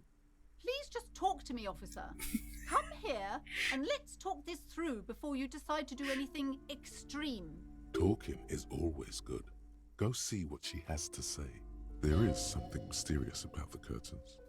Be careful. You see a tattered set of curtains and a polyhedron-shaped cage-like trinket. Shopkeeper, what's behind the curtains? Nothing. Why aren't you browsing the books? Don't you feel compelled to look at the books? You ought to. She speaks almost as if she's trying to put a spell on you, urging you to buy more books. Oddly enough, the more she tries to draw you away from the curtains, the more alluring they become. Examine the strange cage-like trinket. You see some kind of charm, an irregular polyhedron assembled from bones, sticks, and straw. Inside, a disturbing fish head with empty eye sockets stares at you. This is a traditional Seminese ward, meant to provide protection against ill luck, bad dreams, curses, and other supernatural scourges. Who are the Seminese? Inhabitants of Ile de Fantôme, the Seminine Islands down south. Aside from poking at it suspiciously, there is nothing else to do with the fish head charm at this time. The curtains remain shut before you. Rip them apart, this time for real. You see a dimly lit room full of dusty furniture and trash. A doorway stands in the back, covered in dozens of scary little Seminese wards, your shadow looming over it like an omen. I warned you. You're unleashing forces beyond your understanding. What?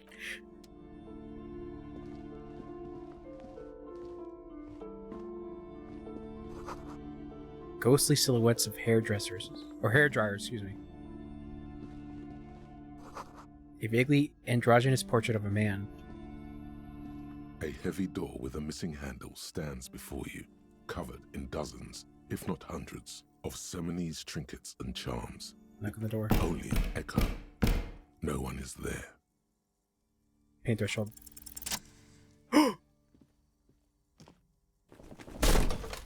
Oh, it didn't work.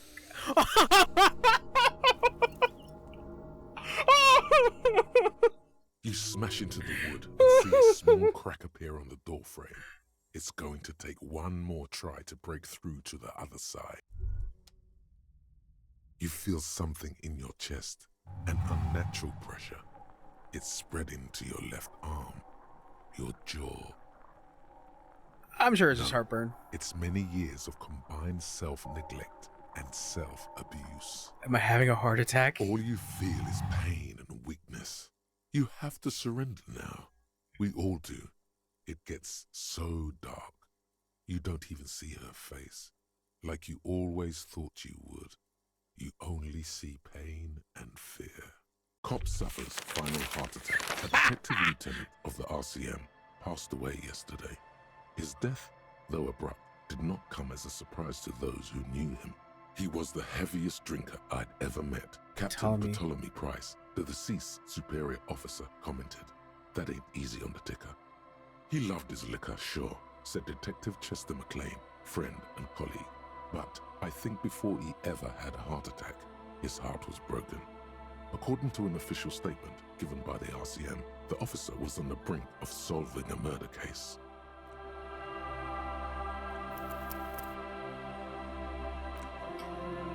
Alright. Holy shit. Oh, that's unfortunate. This trash container. There's something in there. The body is downwind. The lieutenant leans in to inspect. We could try, or we could ask for a key from the... Okay. I don't even know if I want to talk to Kuno anymore.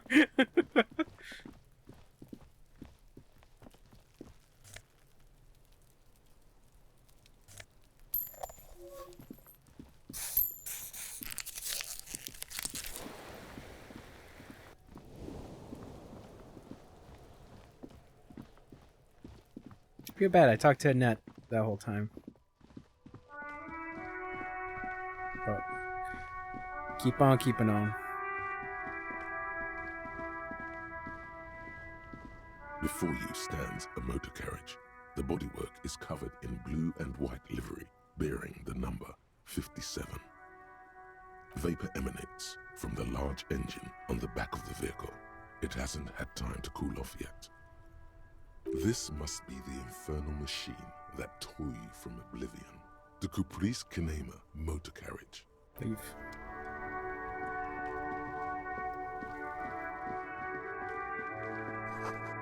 Because for winter, please use main entrance.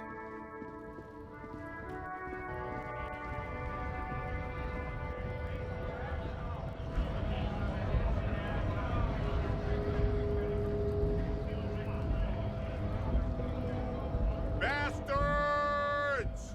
We have a right to work! The man yells towards the harbor gates. His voice is the loudest of the lot and oddly screechy for a man his size. What's going on here? Hold up and stay frosty, everyone. Cops are here. The broad-shouldered alpha male turns to you. He's a full head taller than everybody else here. You here to fuck with us? Beat the honest worker down. No. Good. We're fighting for a cause here. Right to work! Right to work! Besides, we're not that different. It helps if people see us talking, cops and strikebreakers together. Shows authorities are on our side. Builds confidence. What kind of cause are we talking about? I don't think I've chosen any sides yet. Regardless, I have some questions for you. Maybe you should ask them the questions. Like, why we're not allowed to make a living here. Shame on you! We have families to feed, you piece of shit. He points a finger at a man sitting on the rail. So do we, Scab. The loitering man hollers in return. I want to get into the harbor too. What is a strike? Where are all these strike breakers? Look around. What is your goal here exactly? We were promised work. We'd be in there, working, if the bastards hadn't shut the gates. Are you unable to breach the entrance? Main gate's locked. Would take heavy ordnance to bust it open. But try to get in through the secretary's office. Door's locked. The guards blocking the way to the access panel. And I don't mean the scrawny mess punk either. I mean head measurer. Or whatever he is. Wait, head measurer? Huge Seminese guy standing up there on the overhead passage. Won't let anyone by. The access panel is right behind him. How bad could one guy be? You seem capable. Bad. Standing on a narrow bridge, he's got a strategically advantageous position. And he's trained. I don't know how the Union has a trained killer up there. But that one's no joke. And my men are tired and hungry. They're workers, not fighters. Why don't you just talk to them? Like civilized folk, you mean?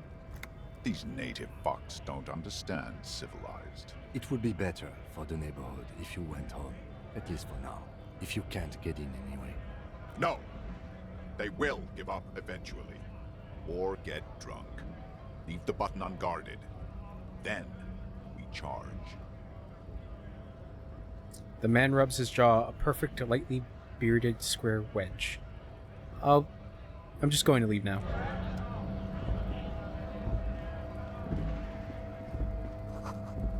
Freaked sick.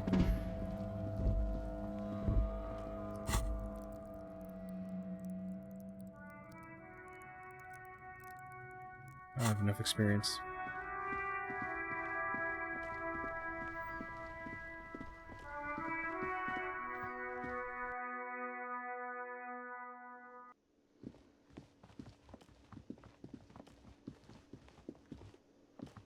Can I help you? Is the trash container out back yours? Mine? No, it belongs to the Whirling in Rags. Thank you for clearing that up. Why do you keep the container locked? Why? To keep the hobos and drunks out. That's why. And the neighbors too. They put their trash there and they don't pay for the garbage company. I thought as much. And are you the only party with access to the trash container? Well, yes. Us and the garbage disposal company. It seems a little callous, doesn't it? Something stirs in you. I wonder what this feeling is. Prod at him and find out. Does it seem callous to you guarding over your leftovers from the poor? We need those keys. What do you need them for? It concerns the case. Please cooperate. Just bring them back once you're done, please. Goodbye.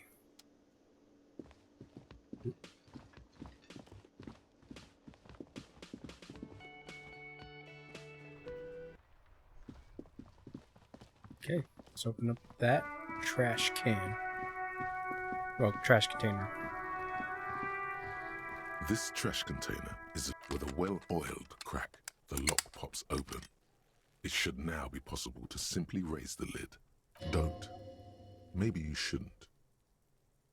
Did I just have a premonition that something is in there? Open the The lid. smell of rotten food rises to greet you. You see soggy cartons, dirty rags, and organic waste. We're just in time. This hasn't been emptied for over a week. Look under the boxes of cartons. You see milk and egg rest with one broken egg in it. Some pasta wrapper. Picking up the soggy packages somehow feels familiar. A box falls into pieces in your hands. Batiste Soleil cereal. There are plastic pasta packages below. And turbo noodles. Nothing of note, however. Pick at the rags. Among the threadbare kitchen towels, something catches your eye. A pair of denim trousers. Grab them. As the legs of the slime-covered jeans begin to unspool from the garbage, a rank corpse smell fills the air. The victim's clothes? Cadaverine odor is faint. If these belong to the deceased, they were removed when he was still in the early stages of decay. Drop them in here, officer. The lieutenant produces a black plastic bag marked evidence from his pockets. Bag of trousers. Guitar marked blue jeans. Pockets empty or emptied. He wore them with a belt, too. A white belt. The loops appear stretched, but He looks into the container. the belt is missing. That's it. Do you see anything else in there? I have another bag here. Something slimy catches your eye. Reach for A it. drab, long-sleeved shirt, olive-colored, appears from the food waste, dripping with pus. Bag the shirt. This is a military-type overgarment. No label or serial number. This is the kind of rib-knit shirt that's worn over light armor to conceal it in an urban scenario. Anything more? The rest of the rags are just kitchen variety waste. A yellow old mug that catches your eye. But other than that, A thrown out towel, a mug, that's all. All right. We should go to Gart again and ask if he knows who Bug. put the clothes in the trash. It could be as simple as someone from the hostel cleaning the yard. Or that one. I'd advise against confronting that force. Okay, hold on. I'll be right back.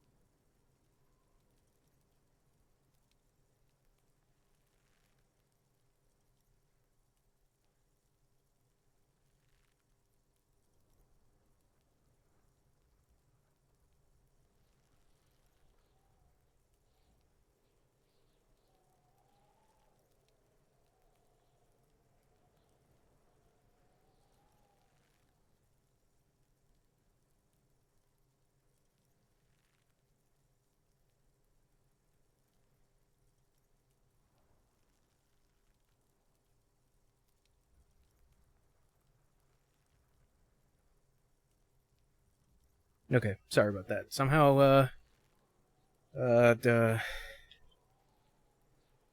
what's it called? Fireflies just ended up in my room. All right. Should be as simple as yeah. We need to ask the kids who put them here. You think somebody from Whirling might have been involved somehow? Okay. The lieutenant nods, then looks back into the trash container. Search the food It's waste. just organic waste, cold and slimy on your hands. Apple and potato peels mostly. Unidentified sludge, and the occasional chicken bone thrown in for good measure. Sorry. But hey, nothing. It's nothing. Nothing more to see here. What's this? What? A blue piece of plastic sticks out from the apple peels. It's shiny. Looks like the corner of something. Pick it out. Something larger. A clipboard. A blue plastic clipboard with moist papers hanging from it. They look badly damaged, but you can still make out forms and notes, written in a man's handwriting. Continue. Officer, is that your paperwork? I don't know what this It is. is. Look, the plastic has the RCM street grid on it. You've even got an autopsy form in there. Our miserable looking slip of paper sticks to the board. If you don't mind me asking, how did this get in the trash? Must have been cramping my style. It has foreboding quality to it. Maybe I needed to lose it for the great bloodletting to begin. I think I didn't want to be a cop anymore, so I threw it away. Someone from the Whirling threw it in the trash? I don't know. I'm boring. I'm not gonna talk about it right now. Boring. Try dangerous. You should do a thorough inventory of that. Be sure some has not fallen into the hands of the RCM's enemies, organized crime, or worse. Official notes sometimes contain informants' names, even undercover operatives. Okay, I'll do that. It would also not hurt to start taking notes on the case. Now, tell me what your eagle eyes see. Or are we finished? Some items, such as the ledger you found, are interactable. Go to your inventory and select the Interact tab to read your paperwork. The mug. I'm getting that mug too. You pick out a broken mug with an oddly racist depiction of the yellow man frolicking in saffron. An antique? Only in its social sensibility. Take the mug. Lieutenant briefly glances at the mug, then returns his sight to the trash. You've acquired an interactable item. Investigate this item further by going to the Interact tab in your inventory. The container sounds a muffled gong. That's one thing off the list. I think we got it all. Leave. Interact. Damaged ledger.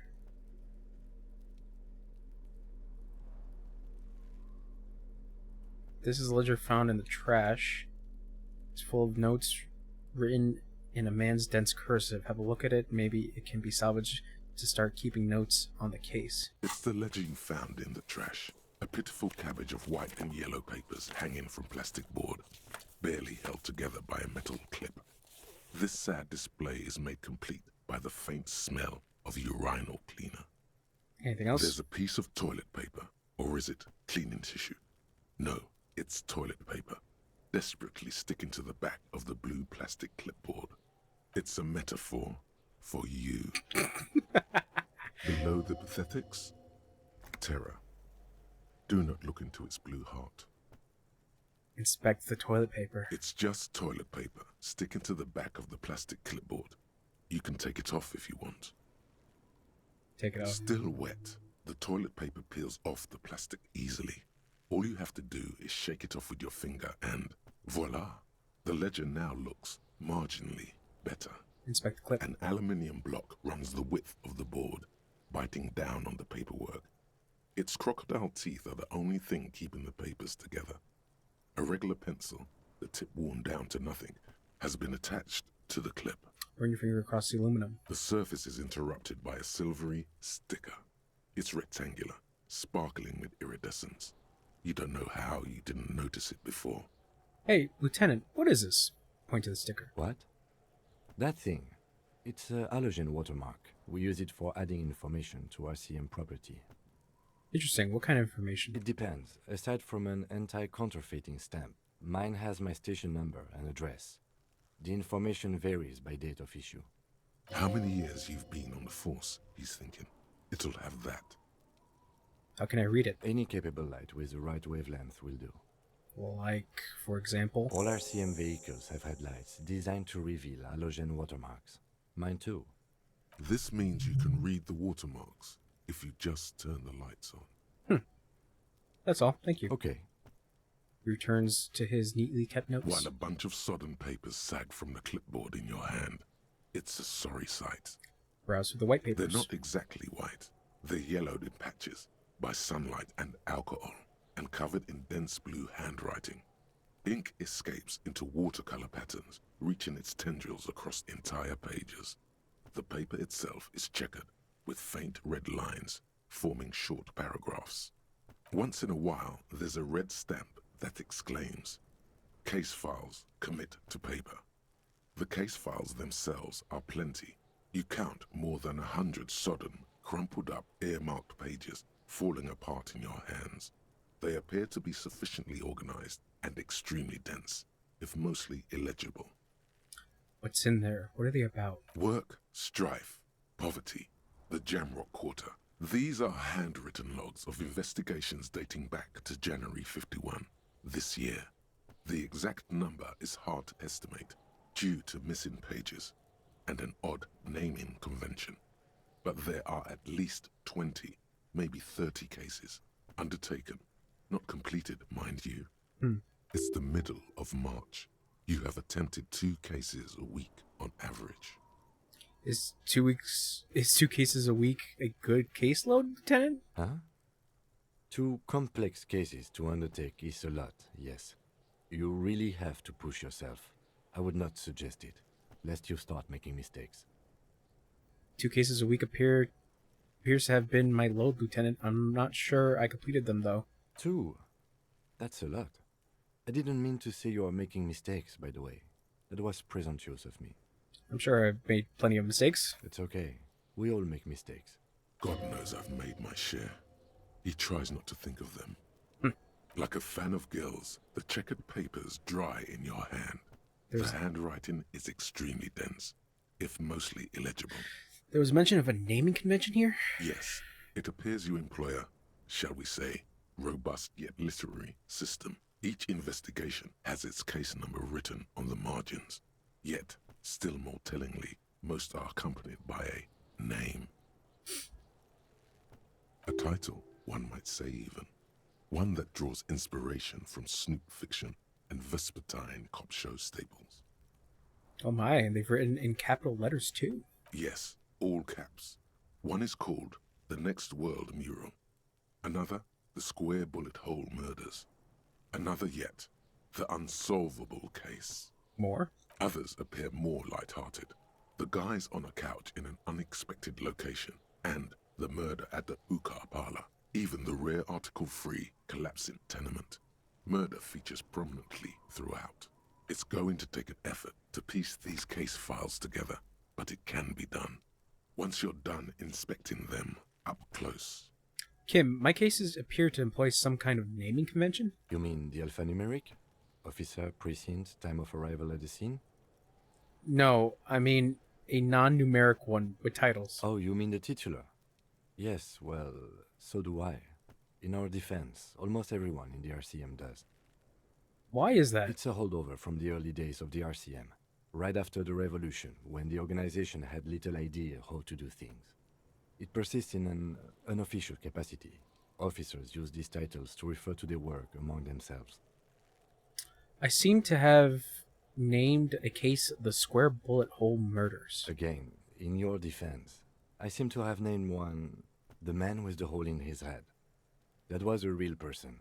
His death was real. Still, I named it that, to amuse myself. I pray his loved ones never find out. What happened to him? Rail spiked through the head. He died. It was a workplace accident. Count the pages. I have to open an official case. Is there room? There is, for precisely one more. 15 pages near the end remain untouched by the damage. The checkered grid forms a structure of passages, breaking the case into subtasks to accomplish. Commit to paper. Sadly, the ledger only comes with an old, worn-down lead pencil. It's unfitting of this monumental event. Kim, do you have a pen? The lieutenant looks at his blue notebook. 2 fat, shiny pens hang from the binder, like large caliber bullets on an ammo belt. He is not really saying anything, just standing there, looking at them.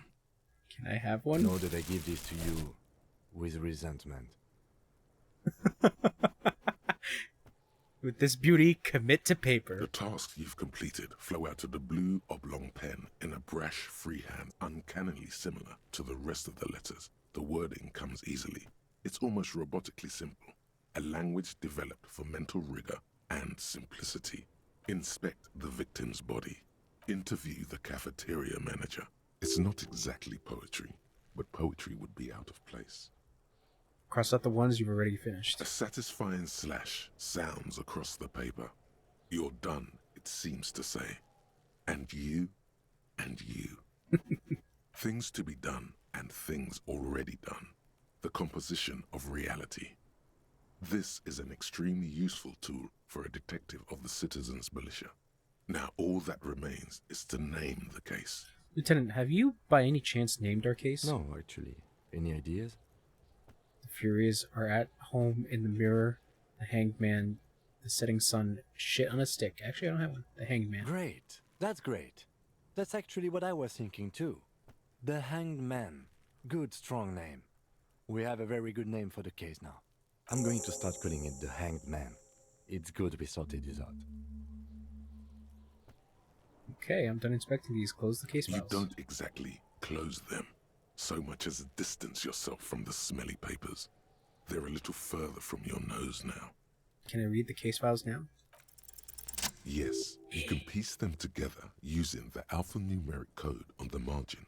It always begins with HDB 41, then date of initialization and time of arrival on the scene, followed by the title.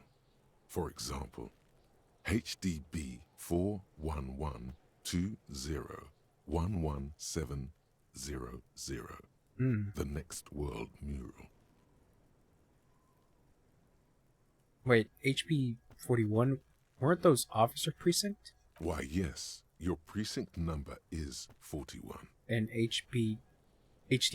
Every last alphanumeric in the files begins with it. And these are your case files. It's safe to say HDB are your initials. Horse Debbie Beringer?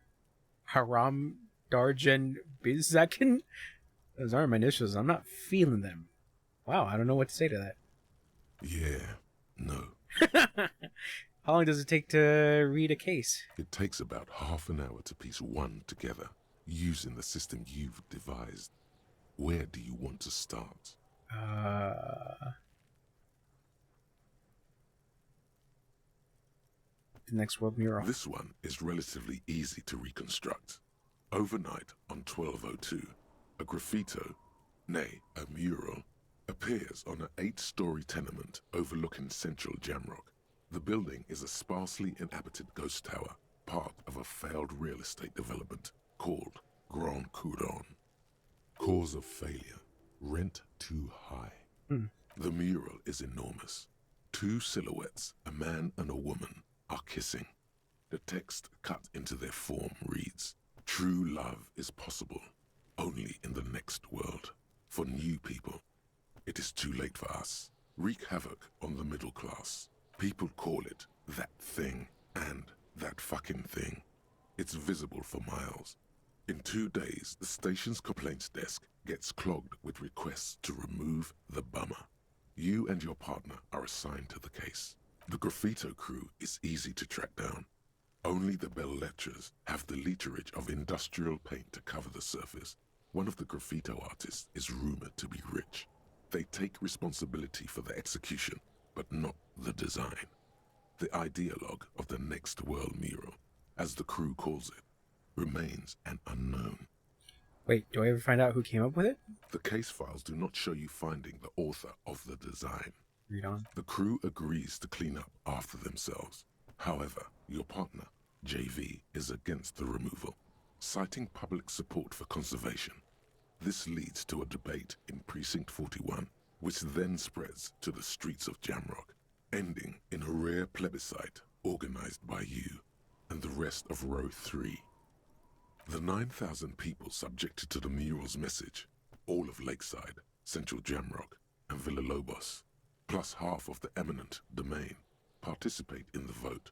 Although the case begins with what appears to be a lot of rambling on the streets as to how juvenile and stupid the mural is, given a choice between two options. Keep the mural, that's right. A staggering 78% of voters choose to keep it. Turns out the opposition were a loud minority. And that love truly is possible in the next world for new people. And it is too late for us. All that remains is to wreak havoc on the middle class. The middle class are not to be blamed. It's human nature. I like it, but can't we wreak havoc on other nations instead? I must have voted, and possibly even lobbied, to remove that thing because I don't believe in that rubbish a bit.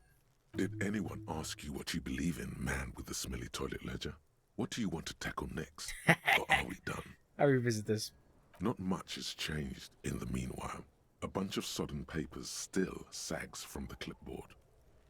Browse through the yellow paper. In the back, you see thin, translucent copy of paper. Some neon yellow, some bright red, all covered in boxes, like marching armies. These look like official forms, waiting to be filled out. Then rip them from the binder and hand them out, according to type of form. What types of form are they? 3.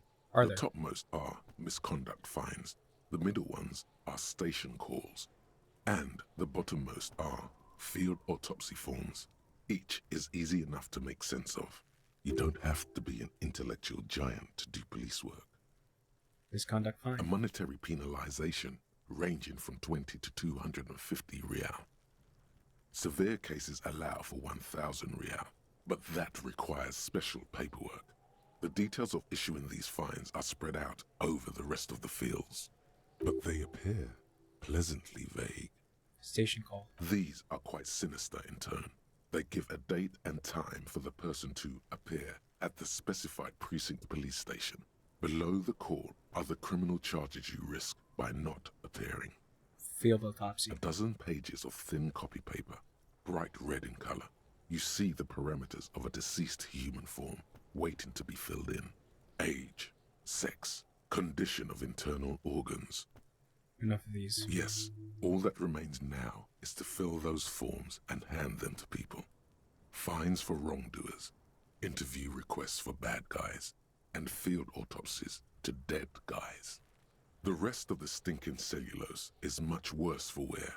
Being sandwiched between the board and the rest of the paperwork must have spared the fragile copier paper. It's made of dark blue plastic, hard enough to beat someone to submission with. The edges are rounded, however.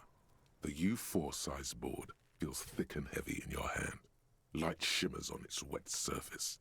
On the back you see the embossed letters, RCM. What did you say the color was? Blue. The blue heart. Don't look into it. Shake the ledger. Something rattles inside, ever so lightly. Is there a hidden compartment? Peek inside. The plastic shimmers like lapis lazuli, but it is not see-through. You cannot see to its center. How would I open it? With your hands. U4 sized pages hang from the clip, screwed to the top of the board.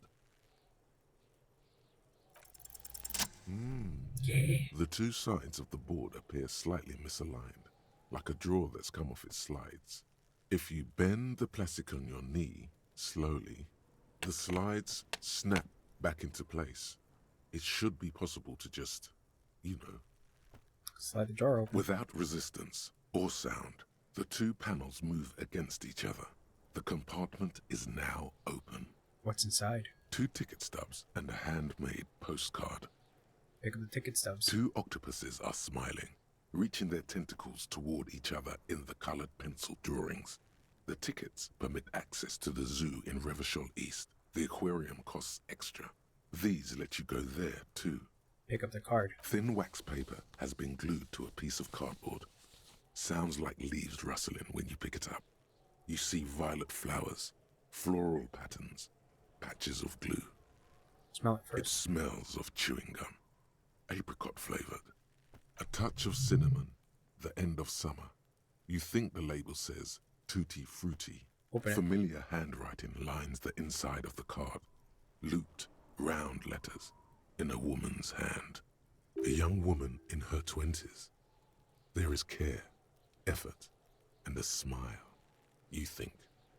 Although that is not something you can read from someone's handwriting. Harry, it begins. You're already reading. I wanted to write you a letter so you can read it when you wake up. Maybe it will make you happy. Throw it away, please. What will make me happy? A merciful wind blows in from the Bay of Revachol, dusting the ground at your feet and raising newspapers far away. You feel the card slipping into it. I want to read the card. Your hands shake, holding onto it.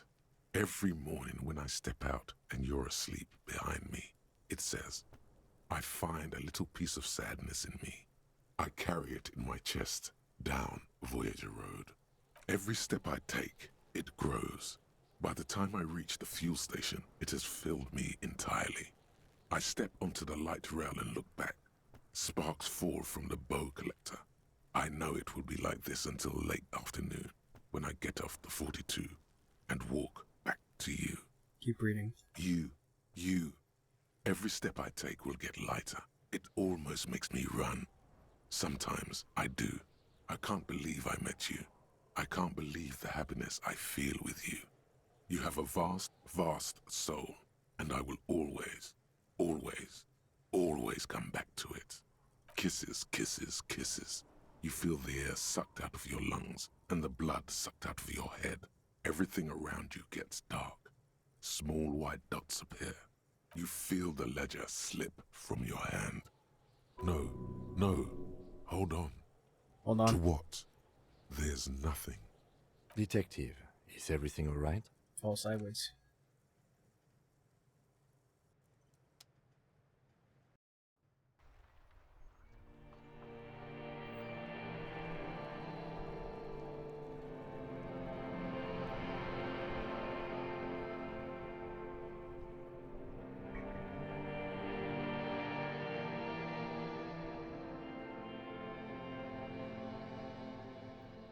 There is nothing.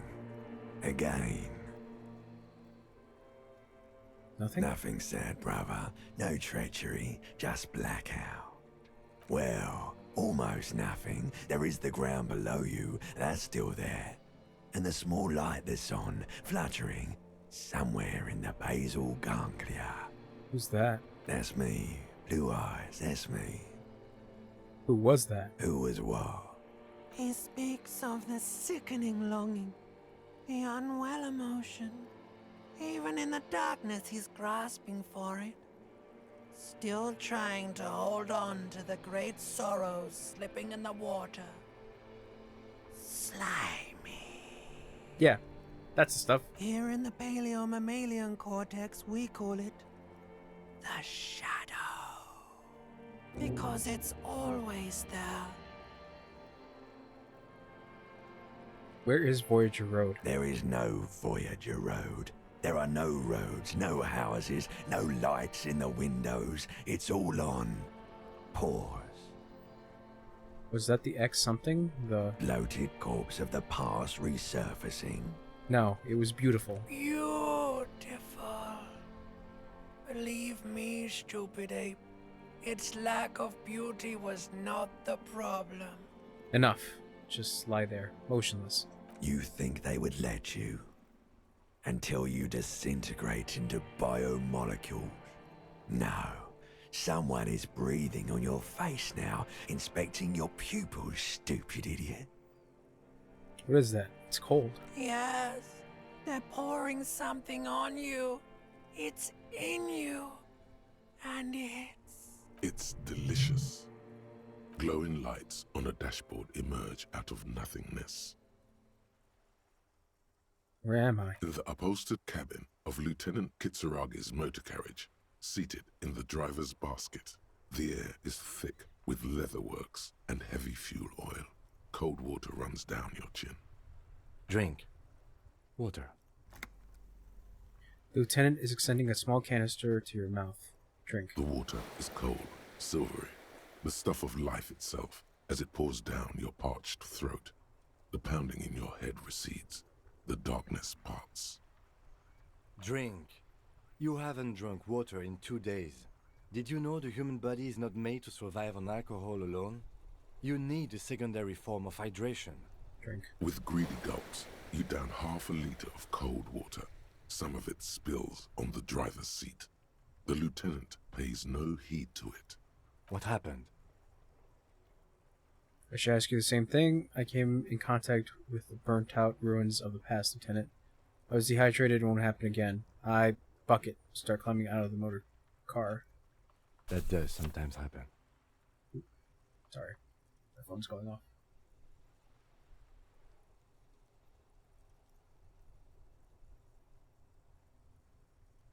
He replies with such understanding, it's as if the burnt-out ruins of the past were an occupational hazard. Athlete's foot for cops. You dropped these. Are you okay to proceed? Let's solve this case. Good. The Ledger of Failure and Hatred is a special item that can be used both as an interactable and a tool equipped in your held slot for skill bonuses. Find it under the Tools tab in your inventory.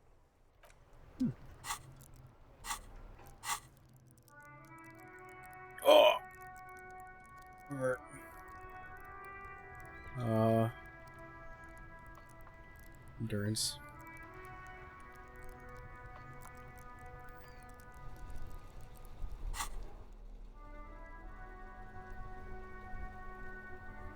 This is a broken-eared mug. Somehow it made its way into the whirling in rags dumpster. It depicts a person of Sumerian descent frolicking in a field of saffron flowers, bucktooth and grinning feeble-mindedly.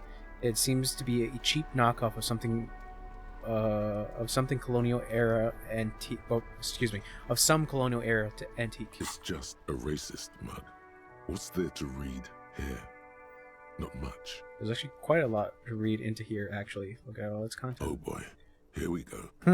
What are you going to say about a broken, tossed-away mug that you dug out of the garbage? This mug is an example of prejudice. I'm going to use it as an example of what not to do. I'm going to push this into the face of every merchant I find and tell them, this is your inane ideology. The mug will be useful. By denouncing it, I earn political capital to mask my badass hustling, i.e. fraud and embezzlement. The mug didn't belong in the trash. It was just a funny mug. Can't anyone laugh anymore? But it was in the trash. Why not just call it out when you see it? Or do some volunteering work. Just finish your case, detective. Okay. It's the ledger you found in the trash. A cabbage of papers hanging from the board. With the permeable, the acidic stench of rotting food is rubbed off on the cellulose. It now forms the base of the experience. This base surrounded by a faint air of spoiled meat. The stuff of death itself. And then sprinkled liberally with the citrus zest of toilet cleaner. Alright, put it away.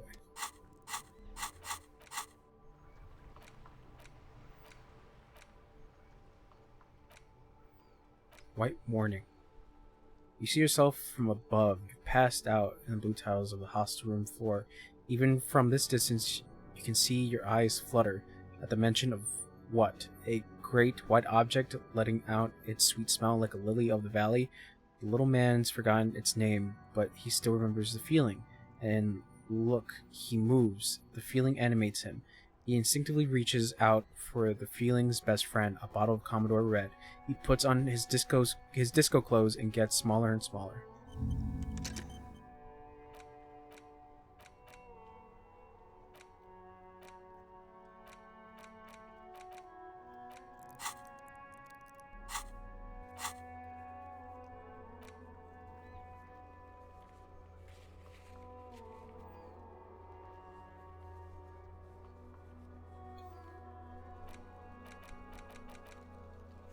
Mayday brief with Kim. Sing karaoke. Active. Report your badge is missing.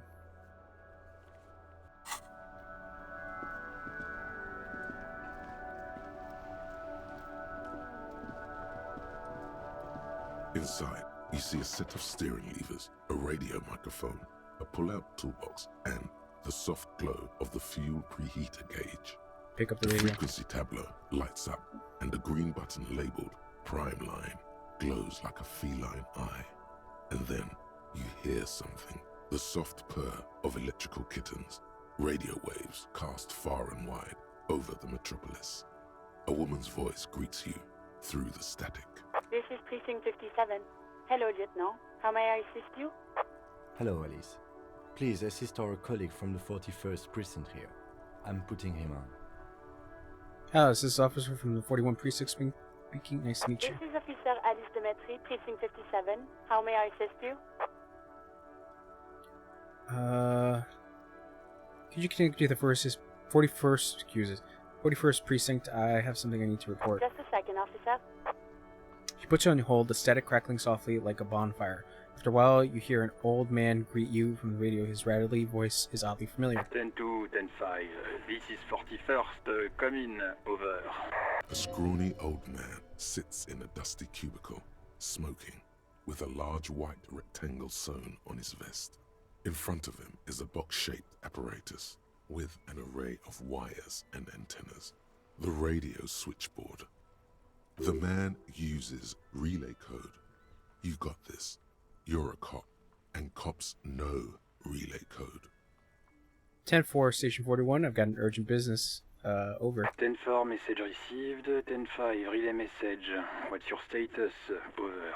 Just reporting in. Over. 10-18, state your message, sir. I need a report on my badge missing. 10-9, over. My badge, I can't find it anywhere. Basically, it's gone. 10-4, message received. This is a very serious situation. I need to 10-22 the captain. Over. Is it him? What does he want? Says he lost his badge and needs to report it. He what? He lost his badge? Say nothing. Who lost his badge? Dick fucking Mullen. Who do you think? It's Officer Dick Mullen from the bestseller Dick Mullen and the Lost Identity. He says, fighting off laughter. Dick Mullen is not your name. It's the name of a fictional detective who would not lose his badge. Defend yourself. Immediately. They're laughing at you. Come on, operator, tell them to stop. This is serious. Haha, officer has lost his badge. Haha, like I'm the first cop to ever misplace his badge. Can we just move on? I want to get... He says this has probably happened to other policemen before him and laughs sarcastically. Oh, goddamn it. Is he fucking kidding? The whole station's gonna be dicked for this. Satellite Officer Vikmar is wondering if you might be joking and adds that this tarnishes the reputation of the entire station. Over. Mullen dicked us. He's asking you to stop, says this is serious. Of course it's serious. He lost his fucking badge. Satellite Officer Vikmar concurs, losing your badge is serious. Over. Can we just move on? I want to get it reported and be done with it. 10-4, I hear you, officer. I'm just going to make a note here that you are in pursuit of your misplaced badge. Over. Fuck me. Mac, come here. You've got to hear this. Dick Mullen lost his badge. What's going on? Super Cop here lost his badge. He lost his what now? His badge. He lost his goddamn fucking badge. Could you all please just stop saying lost his badge for a He moment? asks you to please stop saying he lost his badge. Why? Did he find it? The room at the other end of the line erupts in volcanic laughter. Sergeant Orson was wondering if you found your badge yet. Over. You don't have a comeback. Sorry. Say nothing. He's not replying. Looks like he's still looking for it. You can hear laughter in the background. Enough with this now. I have other things to discuss. 10-9, come again. I didn't get that. Over. The animated conversation in the back is making it difficult for him to hear you. New heights even for Captain Sober. Ask him. Ask him if he's lost his gun, too. The room roars with laughter. Sergeant Orson wants to know if you lost your gun too.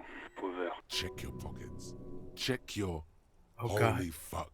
You don't know where it is. Oh God, it's not here. Okay, it's gone. Your gun is most definitely gone. Don't sweat it, Bratan. You don't need a gun to have fun. We can still have fun. It's not all over. 10-9, coming officer. Did you get my question? We were wondering about your gun. Over. Drama. Convince them you didn't lose your gun. Even before you can get the words out, everything gets scrambled in your brain. No, of course I didn't lose my gun. Fuck it. I didn't lose my gun. He says he didn't lose his gun. Or his fun, whatever that means. Ask him to describe it. His gun. Not his fun. Just the gun will do. Satellite Officer McLean requests a description of your weapon. Over. This was such a mistake. Request a description, huh? We'll give him one. Describe the plasma gun. For starters, it's massive. Got flared cooling vents along the front and hydrogen flasks sticking out. Whisper to Lieutenant. What are you packing?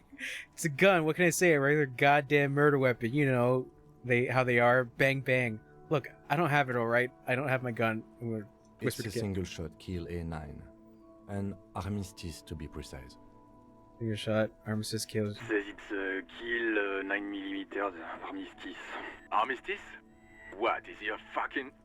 Clearly he doesn't have his Villiers anymore. Dear God, he lost his gun. Oh my, I can't. This isn't really a laughing matter. Mac can face a giant of Coco Noor by himself, but Disco here made him piss his pants. Oh, I can't. Fuck. He lost his... Ask him if he still got his wiener. I'm not going to. Ask him. Sergeant Orson here is wondering if you are still in possession of your genitalia. Over. I left it at his mama's after I fucked her in the ass all night. Tell him that. I do this. That's a negative. Not going to say that. Over. What's he saying? Share with the class. He said he sodomized your mother. The prick ate Mama's vanilla waffles at the captain's birthday party. Some nerve he's got. Sure her vanilla waffles were the only thing he ate? Shut up, Chester. This isn't funny. This is my mom we're talking about. Tell him to apologize right now. Sergeant Orson requests that you apologize for the claims that you made about his mother. Over. Okay, tell him I'm sorry. It was just banter. I thought that's what cops do. Hey, if you don't like the Fallout, maybe don't fuck with the Firewalker. Like he says you shouldn't have antagonized the Firewalker in the first place. Who?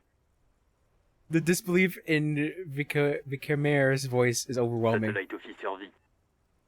Firewalker. I'm afraid he might be referring to himself as Firewater, sir. Firewater? He's lost it. Fuck it. Tell him to find his goddamn badge and gun. That's the only thing that matters. Satellite Officer V. I heard him. I'm on it. 10-4, affirmative. Officer is in pursuit of his firearm. They're static. Oh, God,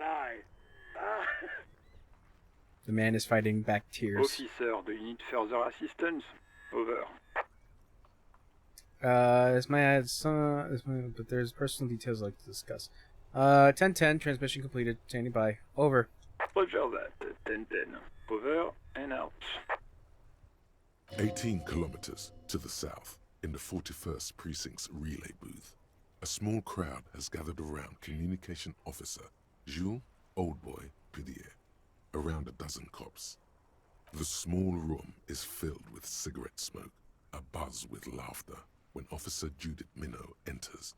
Her left arm is in bandages, and her hair trimmed short. What is going on here? Did something happen? She asks, startled. Jean-Luc Mears turns to her and says, What happened is my partner made contact. It's not good. He's lost his badge and his sidearm. He seemed confused, delirious even. He stops to think. Mac, the torso Torson, is finger-fucking his fist, laughing hoarsely and apparently telling some dirty story to his partner, Chester McLean, near the entrance. Yeah, Mullen was fucked, all right. Sounded fucking drunk to me. Yeah, Mac's right. That was some gnarly shit there. Enough! None of this is funny. It's fucking sad. That's what it is. He's a cop. He's one of us, goddamn this. We must help him. Minot looks down at her neatly polished black shoes. There's a quiet firmness to her voice when she speaks. Yeah? How do you fucking plan to do that, huh? Get him off the drink? Go jogging with him in the morning and get him on carrot juice? He's a lost man. I just know we can't give up on him when he's at his weakest. He wouldn't. The crowd in the room has started fidgeting uncomfortably, someone trying to slip out unnoticed. Mac, man the door. You know what he told me? I don't want to get better. I want to get worse. Those were his words. He sighs heavily and turns to address the room. This shit does not leave this room. Not a word of this to the captain. Or anyone else. We'll give him a couple of days to put his shit together. I guess I can hold off the report for a few days. Old boy lights another cigarette. Good. Okay, everybody. Nothing but a prank call here. We all got our lives. Now get back to work. Far north, on the other side of the motorway, the officer quietly hunches with his hand in the motor garage. Pro toolbox. A metallic drawer slides out from under the seat and clicks into place. The tools inside are neatly organized. Take what you need, officer. It's going to be a long case. I'm not protective of my tools, like some men are. He's clearly a little protective of his tools. But what can you do? Work is work. Take the hand cranked. It's robust, weatherproof, and well made. Police issue. Blue. Lets you see things in the dark you would otherwise miss. Take the red tip pry bar. The pry bar feels nice and cold in your hand. Heavier than you'd think. Useful for opening all sorts of doors and lids. Take the rubber handled chain cutters. The handles are long and sleek. Snap, snap, go the cutters in your hand. Pushing the pull-out box. The pull-out toolbox slides back into its nest. Preheater gauge casts a warm glow on the steering levers and the radio on its hook. Close the door.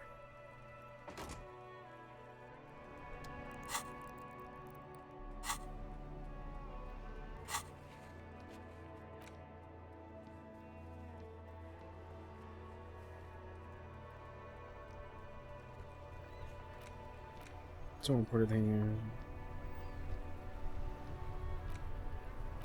That's your station for additional funds. Find booze and drink it. The pissing competition. The day brief. Read the watermarks.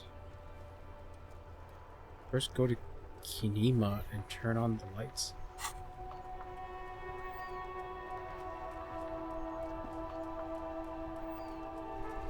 Hold on, there's another bug in here. Hold on.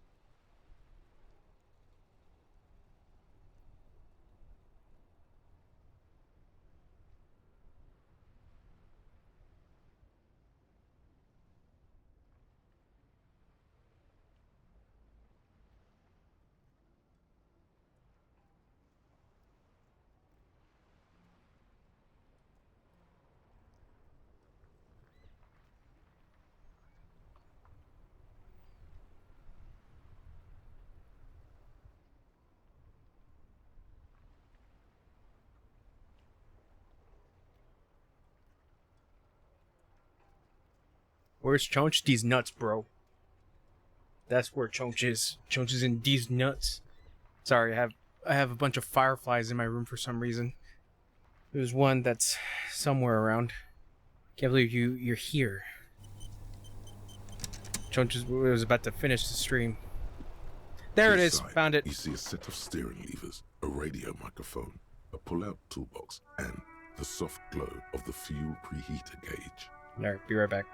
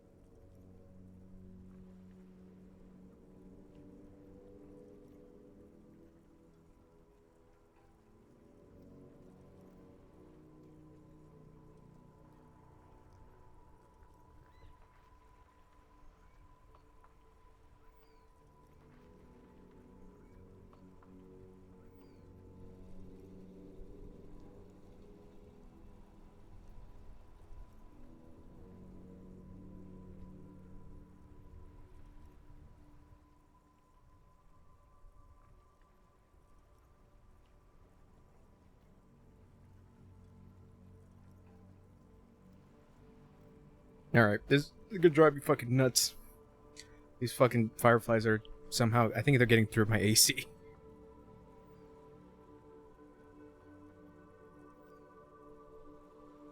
Let's see, I'll turn the headlights. Ready? I turn, you press start. It's next to the preheater. He's downplaying his excitement. The lieutenant is more than happy to show off his precious carriage. Press engine the start. Dashboard lights up with orange glow. The rounds per minute gauge jumps, and the engine of the Caprice Kinema comes to life with a whiny growl. Press the button labeled headlights. The lights unfold with a little click, casting electrical light onto the ground before the vehicle. There you go. I'll turn them off from the remote once you're done. Sorry. Okay, send from machine. As you hold your ledger's clip under the headlamp, an iridescent hologram appears. A street grid and the veins of a great river. A familiar sensation washes over you. There she is. Revachol West. There's a note of pride in the lieutenant's voice. Around the borders of the watermark are dozens, no, hundreds of micro-perforations. Look at the shimmering street grid. The rectangular watermark is overlaid with the logo of the RCM, and yet the major arteries of Revachol are all recognizable. They shimmer in the Kinema's headlights. Wait, look around you. A rat brazenly darts past you and disappears amongst the stopped lorries. In the distance, a child somewhere shrieks. A woman reprimands her in a voice no quieter than the child's cry. Ah, Martinez. He smells the air and says, "Where are we on this?" Point to the halogen map. Let me see. He takes the ledger for a moment and inspects it. Right here. He says his finger near the top of the map on a segment of coast jutting out into the great ocean. Seems nice. No, it does not. The lieutenant says without optimism, "Look at the perforations." There are many of them, and they are divided into 3 separate rows. Tally up the different rows. The first row has 18 dots. What about the next one? The next is the longest. It runs all the way around the border, and then some. Count them individually. There are so many, it's hard to count. More than 150, at least. Maybe even 200.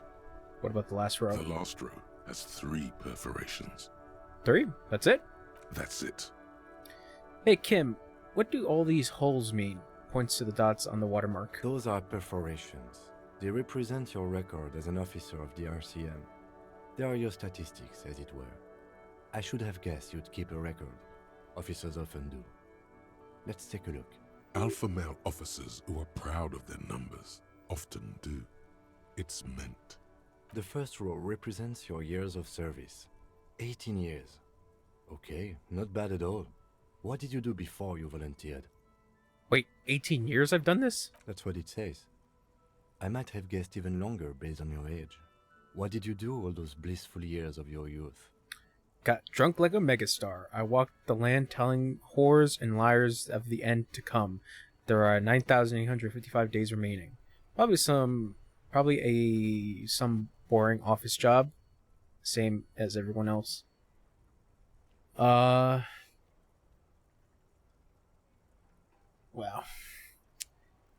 Yeah.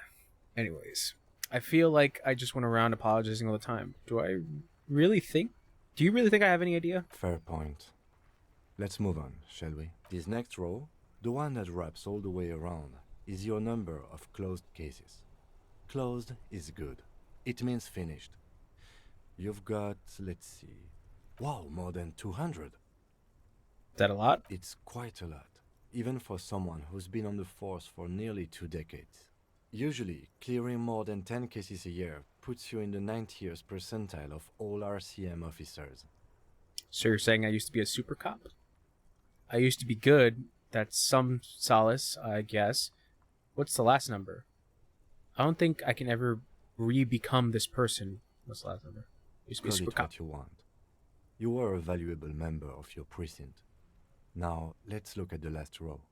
Right. Those are your confirmed kills. You've got precisely 3 perforations there. I was expecting a higher number, honestly. For an RCM officer, especially Precinct 41, which is in the Jamrock Quarter, it's rather tame. I mean that in a good way. There are certain officers who treat their kills like some kind of ghoulish game. If they do happen to solve a case, it's usually by accident. It's obvious the lieutenant doesn't think very highly of these officers. But it seems as though you are, or at least were, one of the good ones. So we have that to be thankful for. Have you ever killed anyone, Kim? Yes. He says, declining to elaborate. It's not a problem for him to state it, however. How do you handle the strain? Everyone has their own method of coping. Some more effective or self-destructive than others. He gives you a meaningful look. Personally, I find it helps to keep up a few hobbies. Like what? Oh, this and that. Let's not get into it now. Maybe I should find a hobby. Anything's better than annihilating yourself with drugs and alcohol. It's meant in earnest. Please don't mistake it for a jab. Thanks for this. The lieutenant nods. Okay, let's go. Right. I'll go turn off the lights. You can now see your statistics on your journal page, to the right of the task description. Bro, stop lying. Why you lying? Why you always be lying?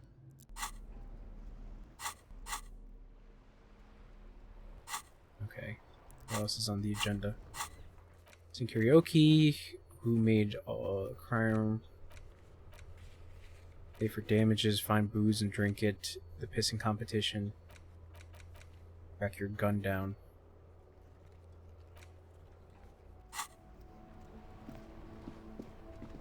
Should probably call the precinct. Inside, you see a set of steering levers, a radio microphone, a pull-out toolbox, and... This is Precinct 57. How may I assist you? I need to connect me to a civilian, a Sylvie. She may have reported a murder. Of course. What is the number, officer? Kim, didn't Garte give you Sylvie's number? Yes, hold on. Her number is 005 1944 298. Received. Hold on, officer.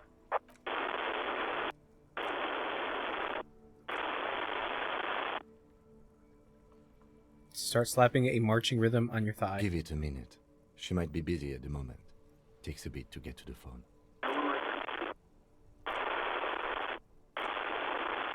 Officer, I have Sylvie Malaika on the line for you. Yes, hello? Hello, this is police calling. I have questions for you about your last days at work. Oh, right. Hello, officer. What can I do for you? You can hear resentment in her tone. She's not thrilled to be talking to you again. You quit your job at the Whirling? Why? You mean why did I leave the bar? Honestly, I'm not really comfortable discussing it with you, sir. Okay, did you leave because of Garte? What? No, why would you even think that? He told me he asked you out. Are you saying it didn't happen? Please, don't bring Gart into this. It's none of your business. Excuse me, Gart. I already said I don't want to talk about this. You're messing everything up again. Was it you who called the police? No, not me. But why didn't you call? Didn't a corpse behind your workplace bother you? Do you know who made the call? No, sorry. I don't. Not a lot of people have phones around here. Copper thieves take the wires. Huh. People don't have the money to have the cables put in again. They use the Union's phone, or the one on the coast. It was someone else. We'll find them sooner or later, officer. It just might take a while. Okay, next question. Yeah, go on. Do you know who put the victim's clothes in the trash? No, I don't know. It wasn't me. I haven't been out there since. I was terrified of the stench and the corpse. She falls silent. Have you seen my badge? Yes, I know who you are. You're a police officer. No, not like that. Like, have you seen it physically? This exact conversation has happened before. Establishing authority before this young girl seems to have been important to you in the past. Don't go there again. My badge is missing. Have you seen it anywhere? Oh, no, I haven't, sorry. Real policemen have uniforms too, by the way. Where's yours? Kim doesn't have a uniform, and he seems real to me. He's in plain clothes, voluntarily. It's different from not knowing where your uniform is. There are officers who wear the signature Perseus black uniforms to the highest ranks in the RCM and end up buried in them as well. Others do it more casually. Looks like you're one of them. Hey, I'm casual. Have you seen my gun? Please, no. Not this again. Everyone saw your cool gun, detective. She sounds beyond exacerbated. I showed you my gun? When did that happen? You were trying to impress some people with it. Everyone was eating, and... She stops hesitantly, not sure if she should continue. And what? What did I do? You were waving it around in everyone's face, begging them to describe it. You said it calms you, and then you started making suicide jokes. It got pretty graphic. Oh my god. Oh, those again. I have been trying to wean you off them. Off what? You know, when you put your gun, your actual gun, on your temple and pretend to shoot your brains out, off of that, people don't like that. I remember this. You were screaming things like, "My brains are all over the wall, painting them red. I won't be seeing it, 'cause these are my brains. I can't see without my brains." Very nice visuals there. Some poor sod was trying to eat his pudding while you were screaming, spit flying, imitating the mercy shot right next to him. Spat some in his food. I don't think he touched it after. I should have killed myself. Why would I threaten to kill myself? I mean, look at this world. I love to stay. Okay, I don't know what to say. Yes, but what happened to my gun? There is silence on the other end of the line. Okay, yes, but what happened to my gun? No idea. All I know is next you were waving around money instead, saying things like big bucks cannot lie and guns can't buy money, but money can always buy guns. It almost looked like you pawned it, but believe me, I did not ask. Huh. Have you seen my policeman uniform? Uniform? I never saw you in any uniform. You had your things on. The disco things. Disco. Do you know how my paperwork ended up in the trash container behind the Whirling? Well, you tried to jam it down the toilet, sir, clogging it completely. After I had unclogged the toilet and retrieved the paperwork, I threw it out in the trash, thinking you didn't need it. I am sorry about that. Anything else, Detective? I think I got everything I need, thanks. I do hope so. Please, don't call me again. Bye. Wait, why does she seem angry with you? Yes, you have obviously done something to upset her at the Whirling in Rags when she was still working there. Wait, before you go, you're mad at me, right? Tell me, what did I do? I can't remember anything. I'm not mad, it's just... You were so drunk and so emotional all the time, and then the Skua thing happened. It just made me want to quit. What Skua thing? The stuffed bird, the great Skua. You threw it against the wall while screaming, "Fuck that bird," and laughing like a maniac. Jesus Christ. I think you said it had been giving you shit ever since you got there. Wait, this sounds like me, alright. This doesn't sound anything like me. I love birds. Bitch bird got what was coming to her. Why do I always end up screwing everything up? It was a pretty bird. There since I started working in Whirling. I really liked her. We call her Scotty. There's genuine sadness in her voice. So you're telling me that I was the one who made you want to quit? Yes, obviously. You were the worst client I'd ever seen. Shit. And I had seen so many assholes in this place. I've had sailors fighting, union guys grabbing my ass, kids stealing booze. Once a guy was glued to the karaoke machine every night for 2 months. But you... Go on. I want to know what I did. Well, you were worse than all of them. Honestly, you were getting borderline aggressive. Even about little things like not turning down the volume at 3 a.m. I even liked one of those songs you kept listening to on repeat.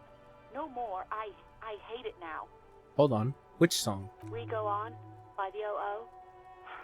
I can't listen to it anymore. You've turned it into a parody. Sorry. Sorry about the song. To hell with that song. Then there was your room. Your project. An experiment to see how bad it can get in there. I tried to send the cleaner, but you wouldn't let me. Threatened to make me understand. I had no idea what you meant, and I don't want to know. And then you screamed something about how you're a piece of shit human being, and why does anyone even let you work as a policeman? That you'd fired yourself, but you can't even do that. I'm sorry. And then I had to deal with your toilet.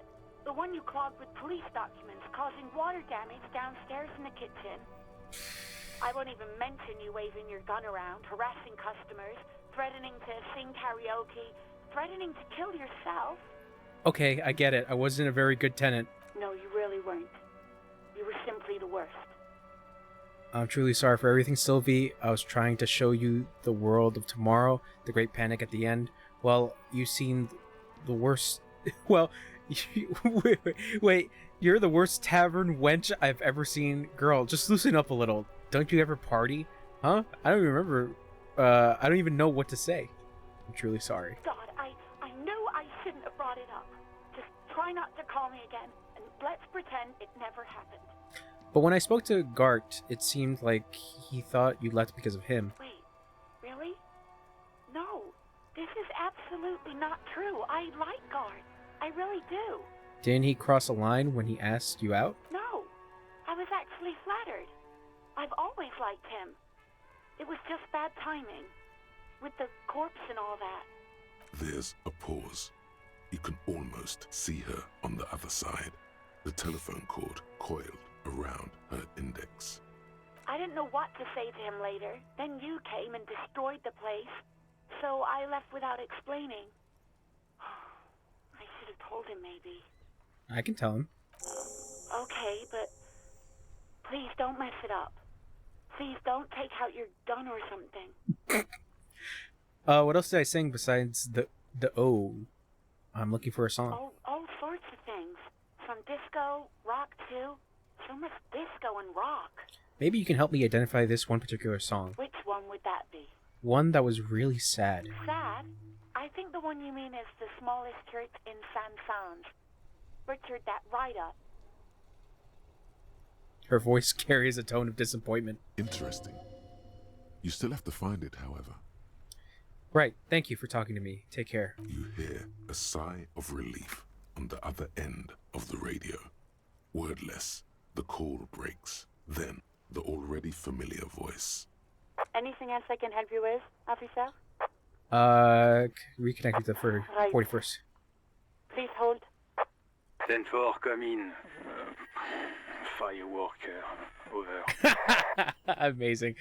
I'm in dire need of financial assistance. 10-4, I hear you. I don't have the authority to grant your request, but... What does he want now? He's asking for money. Is he fucking kidding? No. I don't think he is. Don't give that asshole anything. He's just gonna drink it all. Right. That's a negative on the additional funds, sir. Over. It is paramount to the investigation that you grant me more money. Please, I'm begging you here. I don't even have a place to sleep tonight. He says he's in trouble. Doesn't have a place to sleep. Well, I guess he'd better crack the case before sundown then. Shit. Vigmar said... It's paramount that the investigation grant me money. He says it's important to the case. He isn't getting a red cent. You can tell him that. Request denied, sir. Over. I don't want to be here anymore. I want to go home. Please, please come and get me. Okay, I heard you. No funds. Anything else, sir? Over. This might sound odd, but there's personal details I like to discuss. Okay, 10-4, sir. I hear you. Relay your question. Over. Wait. Before you say anything stupid, think it through. What's there to think about? I need information, not fear. Be smart about this. Ask if he's there alone. 10-4, sir. I'm not hearing your question. Hold on. Are you alone in the room? I need some confidential information about myself. I want to know if you got my badge's description right in your report. Could you read me name, rank, date of birth? Please refer me to my full name in the future. Any news about family? Have I told you about my life before RCM? Okay, let's wrap it up. That one. What? What is it? He's still on the line? He wants to verify the information on his badge. But of course, it says Dick Mullen, High General of the Revacholian Cavalry Force. Tell him to stop wasting time. What do you need, sir? Over. Are you alone in the room? I need some confidential information about myself. That's a negative, sir. I got 10-12 visitors present here. Over. Please refer to me in my full name, please. 10-9, repeat message. I didn't get that, sir. Over. Say my name. Sir, I will not have you talk to me in this manner. Over. Please just say my name, Jules. What? What is it? What can he possibly still want from us? He seems intoxicated and keeps asking me to call him by his name. No! Mullen's drunk and emotionally aggressive. That's new. Wrap it up. Don't indulge in his drunken antics. Any news about my family? Excuse me, sir. Over. You probably don't want to continue on this road. Nothing, never mind. Come again, sir. I didn't get that. 10-9, over. Have I ever told you about my life before the RCM? 10-4, well, that's, Does he actually want something, or is he hell-bent on disrupting our work? He asked if he ever told me about his days before joining the RCN.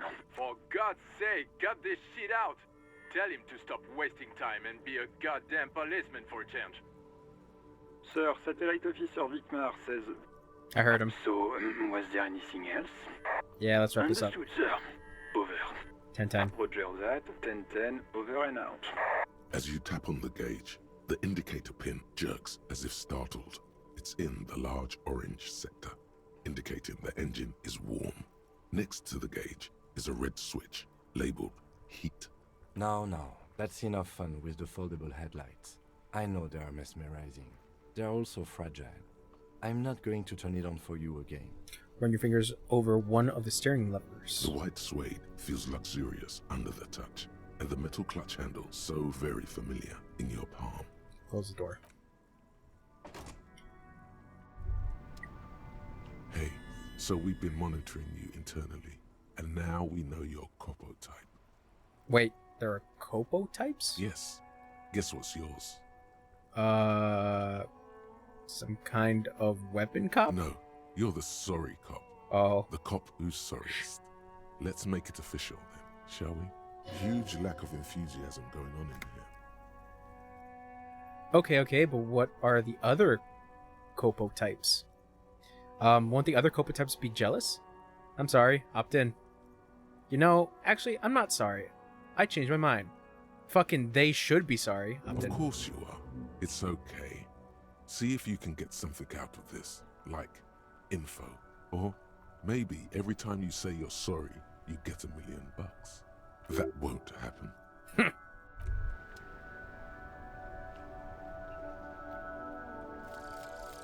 Guillaume Le Million. Oh, that's right. Bad news. Guillaume Le Million did not become a cop. In 38, he went on a tour to the Sinyao province in Safre, where he died of autoerotic asphyxiation. His body was found hanging from a decorative dragon tree in his junior suite amid drug paraphernalia, unwholesome objects, and the Sylvia Trainer single, Wonderland, skipping in the background. And yes, you can take this as a metaphor for Revachol in the 30s, and also as a warning. Okay. +1 pain threshold, blood oxygen is boring. All psyche learning caps raised by 1. Okay.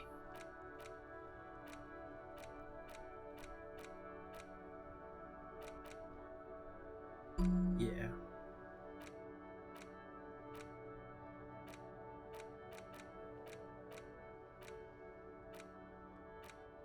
Okay, so these are buffs.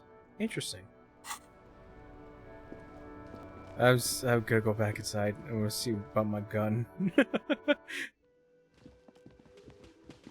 Oh, it's open. Can I help you? Here's your trash container key. Thanks. I hope you found what you were looking for. I found the victim's clothes. How strange. I certainly didn't put them there. Who else has keys to the trash container? The trash collection service? CS Municipal. I don't see why they would put anything in the trash, though. Ah, the elusive CS Municipal. I doubt we'll be able to track down who was sent here last and when. This will have to be one of those little threads that solves itself down the road. Fair enough. Thank you anyway. Let's see. Maybe you don't remember putting them there? Maybe you were sleepwalking or in a fugue state? Could someone on your staff have put them there? Sylvie had the keys before I got here, and I can vouch for her. I can vouch for all my staff. None of us would tamper with the crime scene. Thanks, let's talk about something else. Yes? So, about that money I owe you. Yes. Have you got it? Actually, let's talk about something Like else. what? I was really enjoying talking about the money you owe me. I talked to Sylvie. She left because of me, not you. Wait, what? But what about the bird? The bird? Yes, the bird. I found it lying on the floor with a broken wing the morning she left. She didn't break it. I did. I threw it against the wall. He's gonna charge me more. I feel it. Why didn't she just tell me that? I don't care about stuffed birds. I care about my employees. He stumbles with his words, shaking his head. All right. Did she say anything else about me, you know? Did she say anything about me? Just she was flattered. It was just bad timing. Really? I should give her a call then. Man doesn't know what to say. He wipes his brow and stares at the counter. Thanks, I guess. Was there anything else you wanted, or...? I've seen something here at the Whirling Cart. A thing I need to talk about. What thing? I saw a sign in the mess hall is reserved for the Union. Yes, not the whole damn Union, thank God. Just the nastiest and loudest faction. He tosses his head in disdain. They come here in the evenings. Dumb, unruly types. Think they're big shit. But they're good customers. They place big orders and always pay on time. We should find out who this Lord faction is, occupying the booth. Loudness means talkative, and we need info. He gives you a meaningful nod. How do we find them? We don't. We have to wait. They'll show up sooner or later. Men get hungry, even striking men.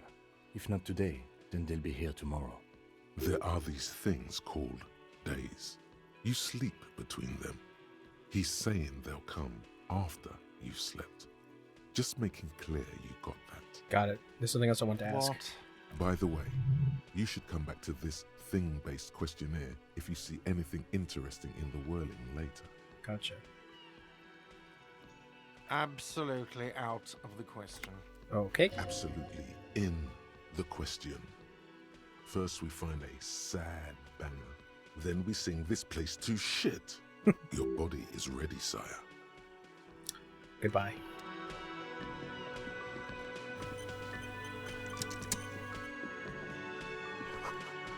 The dishes are drying. They smell of chemicals and pine trees. The aroma of spices, alcohol, and tomato hangs in the air.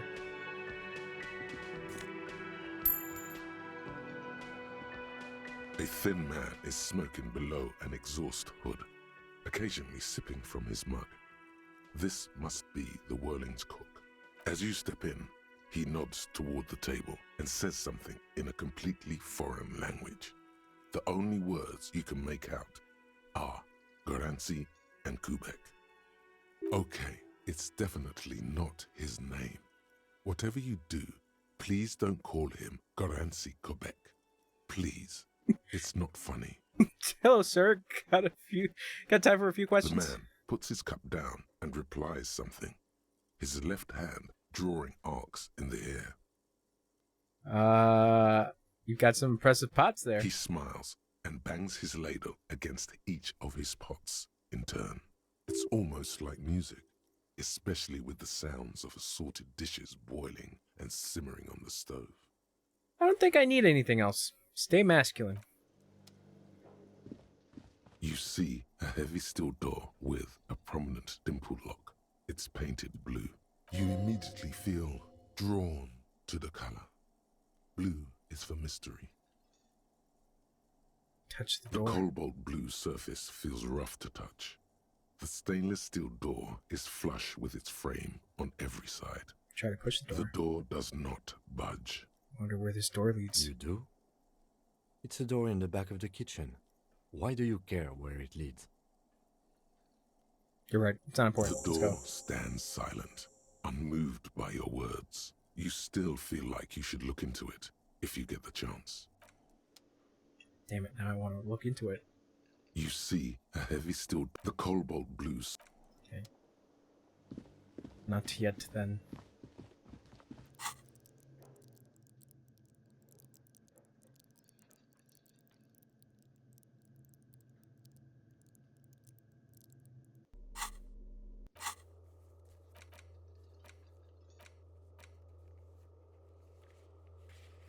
Let's see, how much do I have?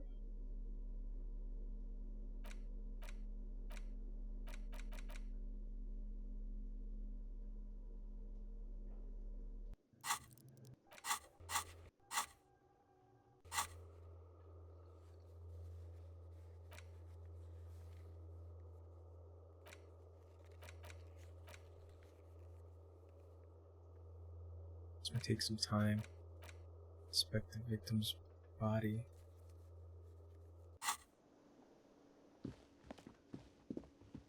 Guess I'll go check the body again.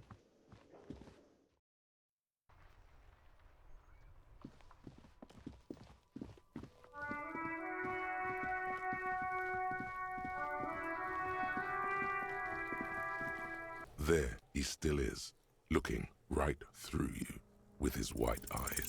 The smell is repulsive. It pushes in from your mouth, more instant and more familiar than anything you'd expected. More fever than odor. It fills your mind, flushing you from within. Let it out.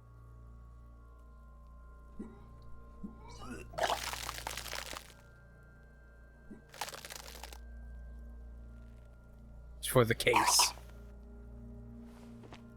You feel a great force ringing from your stomach. Your body curls and pushes it out, burst by burst, until a pool of vomit lies under your feet and your throat stings from the stomach acid. I'm sorry. It's okay. Happens to everyone. Keep it. Thanks. The hangover is clearly making this worse for you. You could use some ammonia to clear your head. Okay, where do we get ammonia from? There is Frit nearby, east of the hostel. They usually have a small apothecary. If they don't... He points to the greenhouse. There's a greenhouse here, and a gardener with a wheelbarrow on the corner of the whirling in rags. If she works here, she might have something for the smell.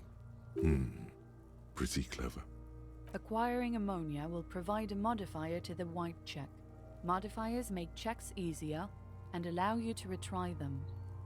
Oh.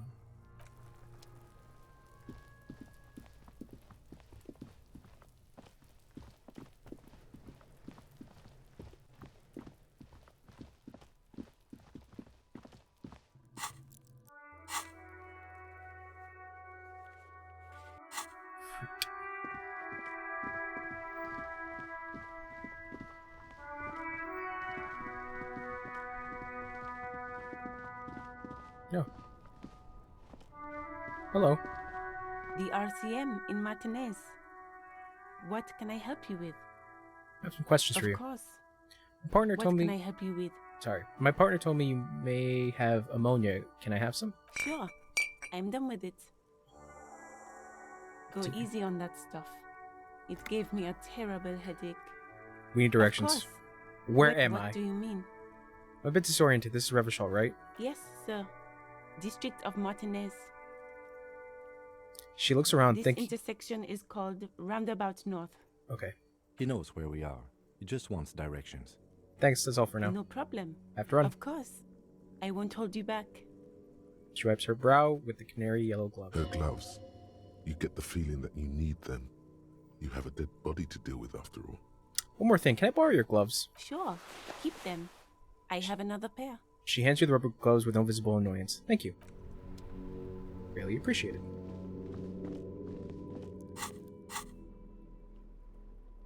Gloves. Nice. Cool. Modifiers. There he still is, looking right through you with his white eyes. The body below is entirely dedicated. The ammonia only makes it worse. The combination forces tears out of your ducts. You manage to keep it in once. The second time, not so much. When the vomiting is done, your cheeks are wet with tears. God damn it.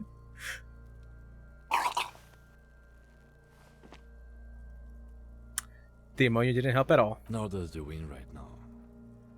You feel the lieutenant pat your back rhythmically. The weight is reassuring, like a crenel on solid fortification. Pat, pat, pat. I've seen strong men turn themselves inside out for hours. You are facing tough odds here. Alcohol withdrawal makes it considerably harder. Why can't I keep it in if I've been a cop my whole life? This is bullshit. I don't want to do this anymore. I don't want to be a cop. Can we do something else? I think I want to solve something else now. Do without me. I just can't keep it down. I've seen captains puke their guts out. It never gets easier. You never get used to the smell. Every Monday is cadaver day. Throw up, investigate. Throw up, initial autopsy. Throw up, baguette. He pats your back again. Then drive to the station. Maybe throw up on the way there if you didn't bag the thing tight enough. You seem to be fine. I think I've lost my sense of smell. There's a pause. A white lie. Not being hungover helps too. Do it without me. I just can't keep No. it down. This is a two-man assignment because it needs 2 officers to complete. I need your help. He withdraws his hand and looks you in the eye. You need to get your shit together. Okay. No. But I don't want to get my shit together. But my shit's already is together. Okay. We should go talk to the locals. Find something else to do while the wind changes. It's pretty bad right now. You've gained a thought. When this dialogue is over, go to your thought cabinet and internalize it for special bonuses and effects. Give it half an hour. Get yourself together. Then come back and have another go. Damn it.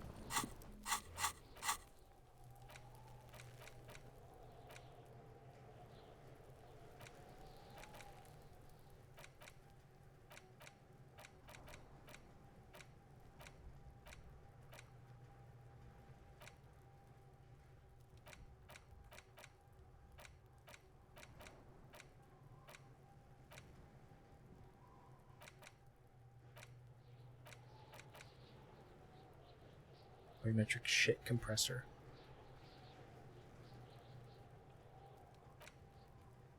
Authority. Embarrass to the party. Little guy gets further and further away.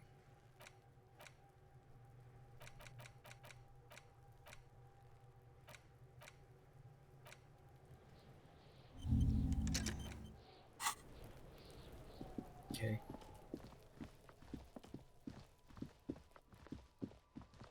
Alright. I'm gonna save this. I'll be back next time. Alright. Bye-bye.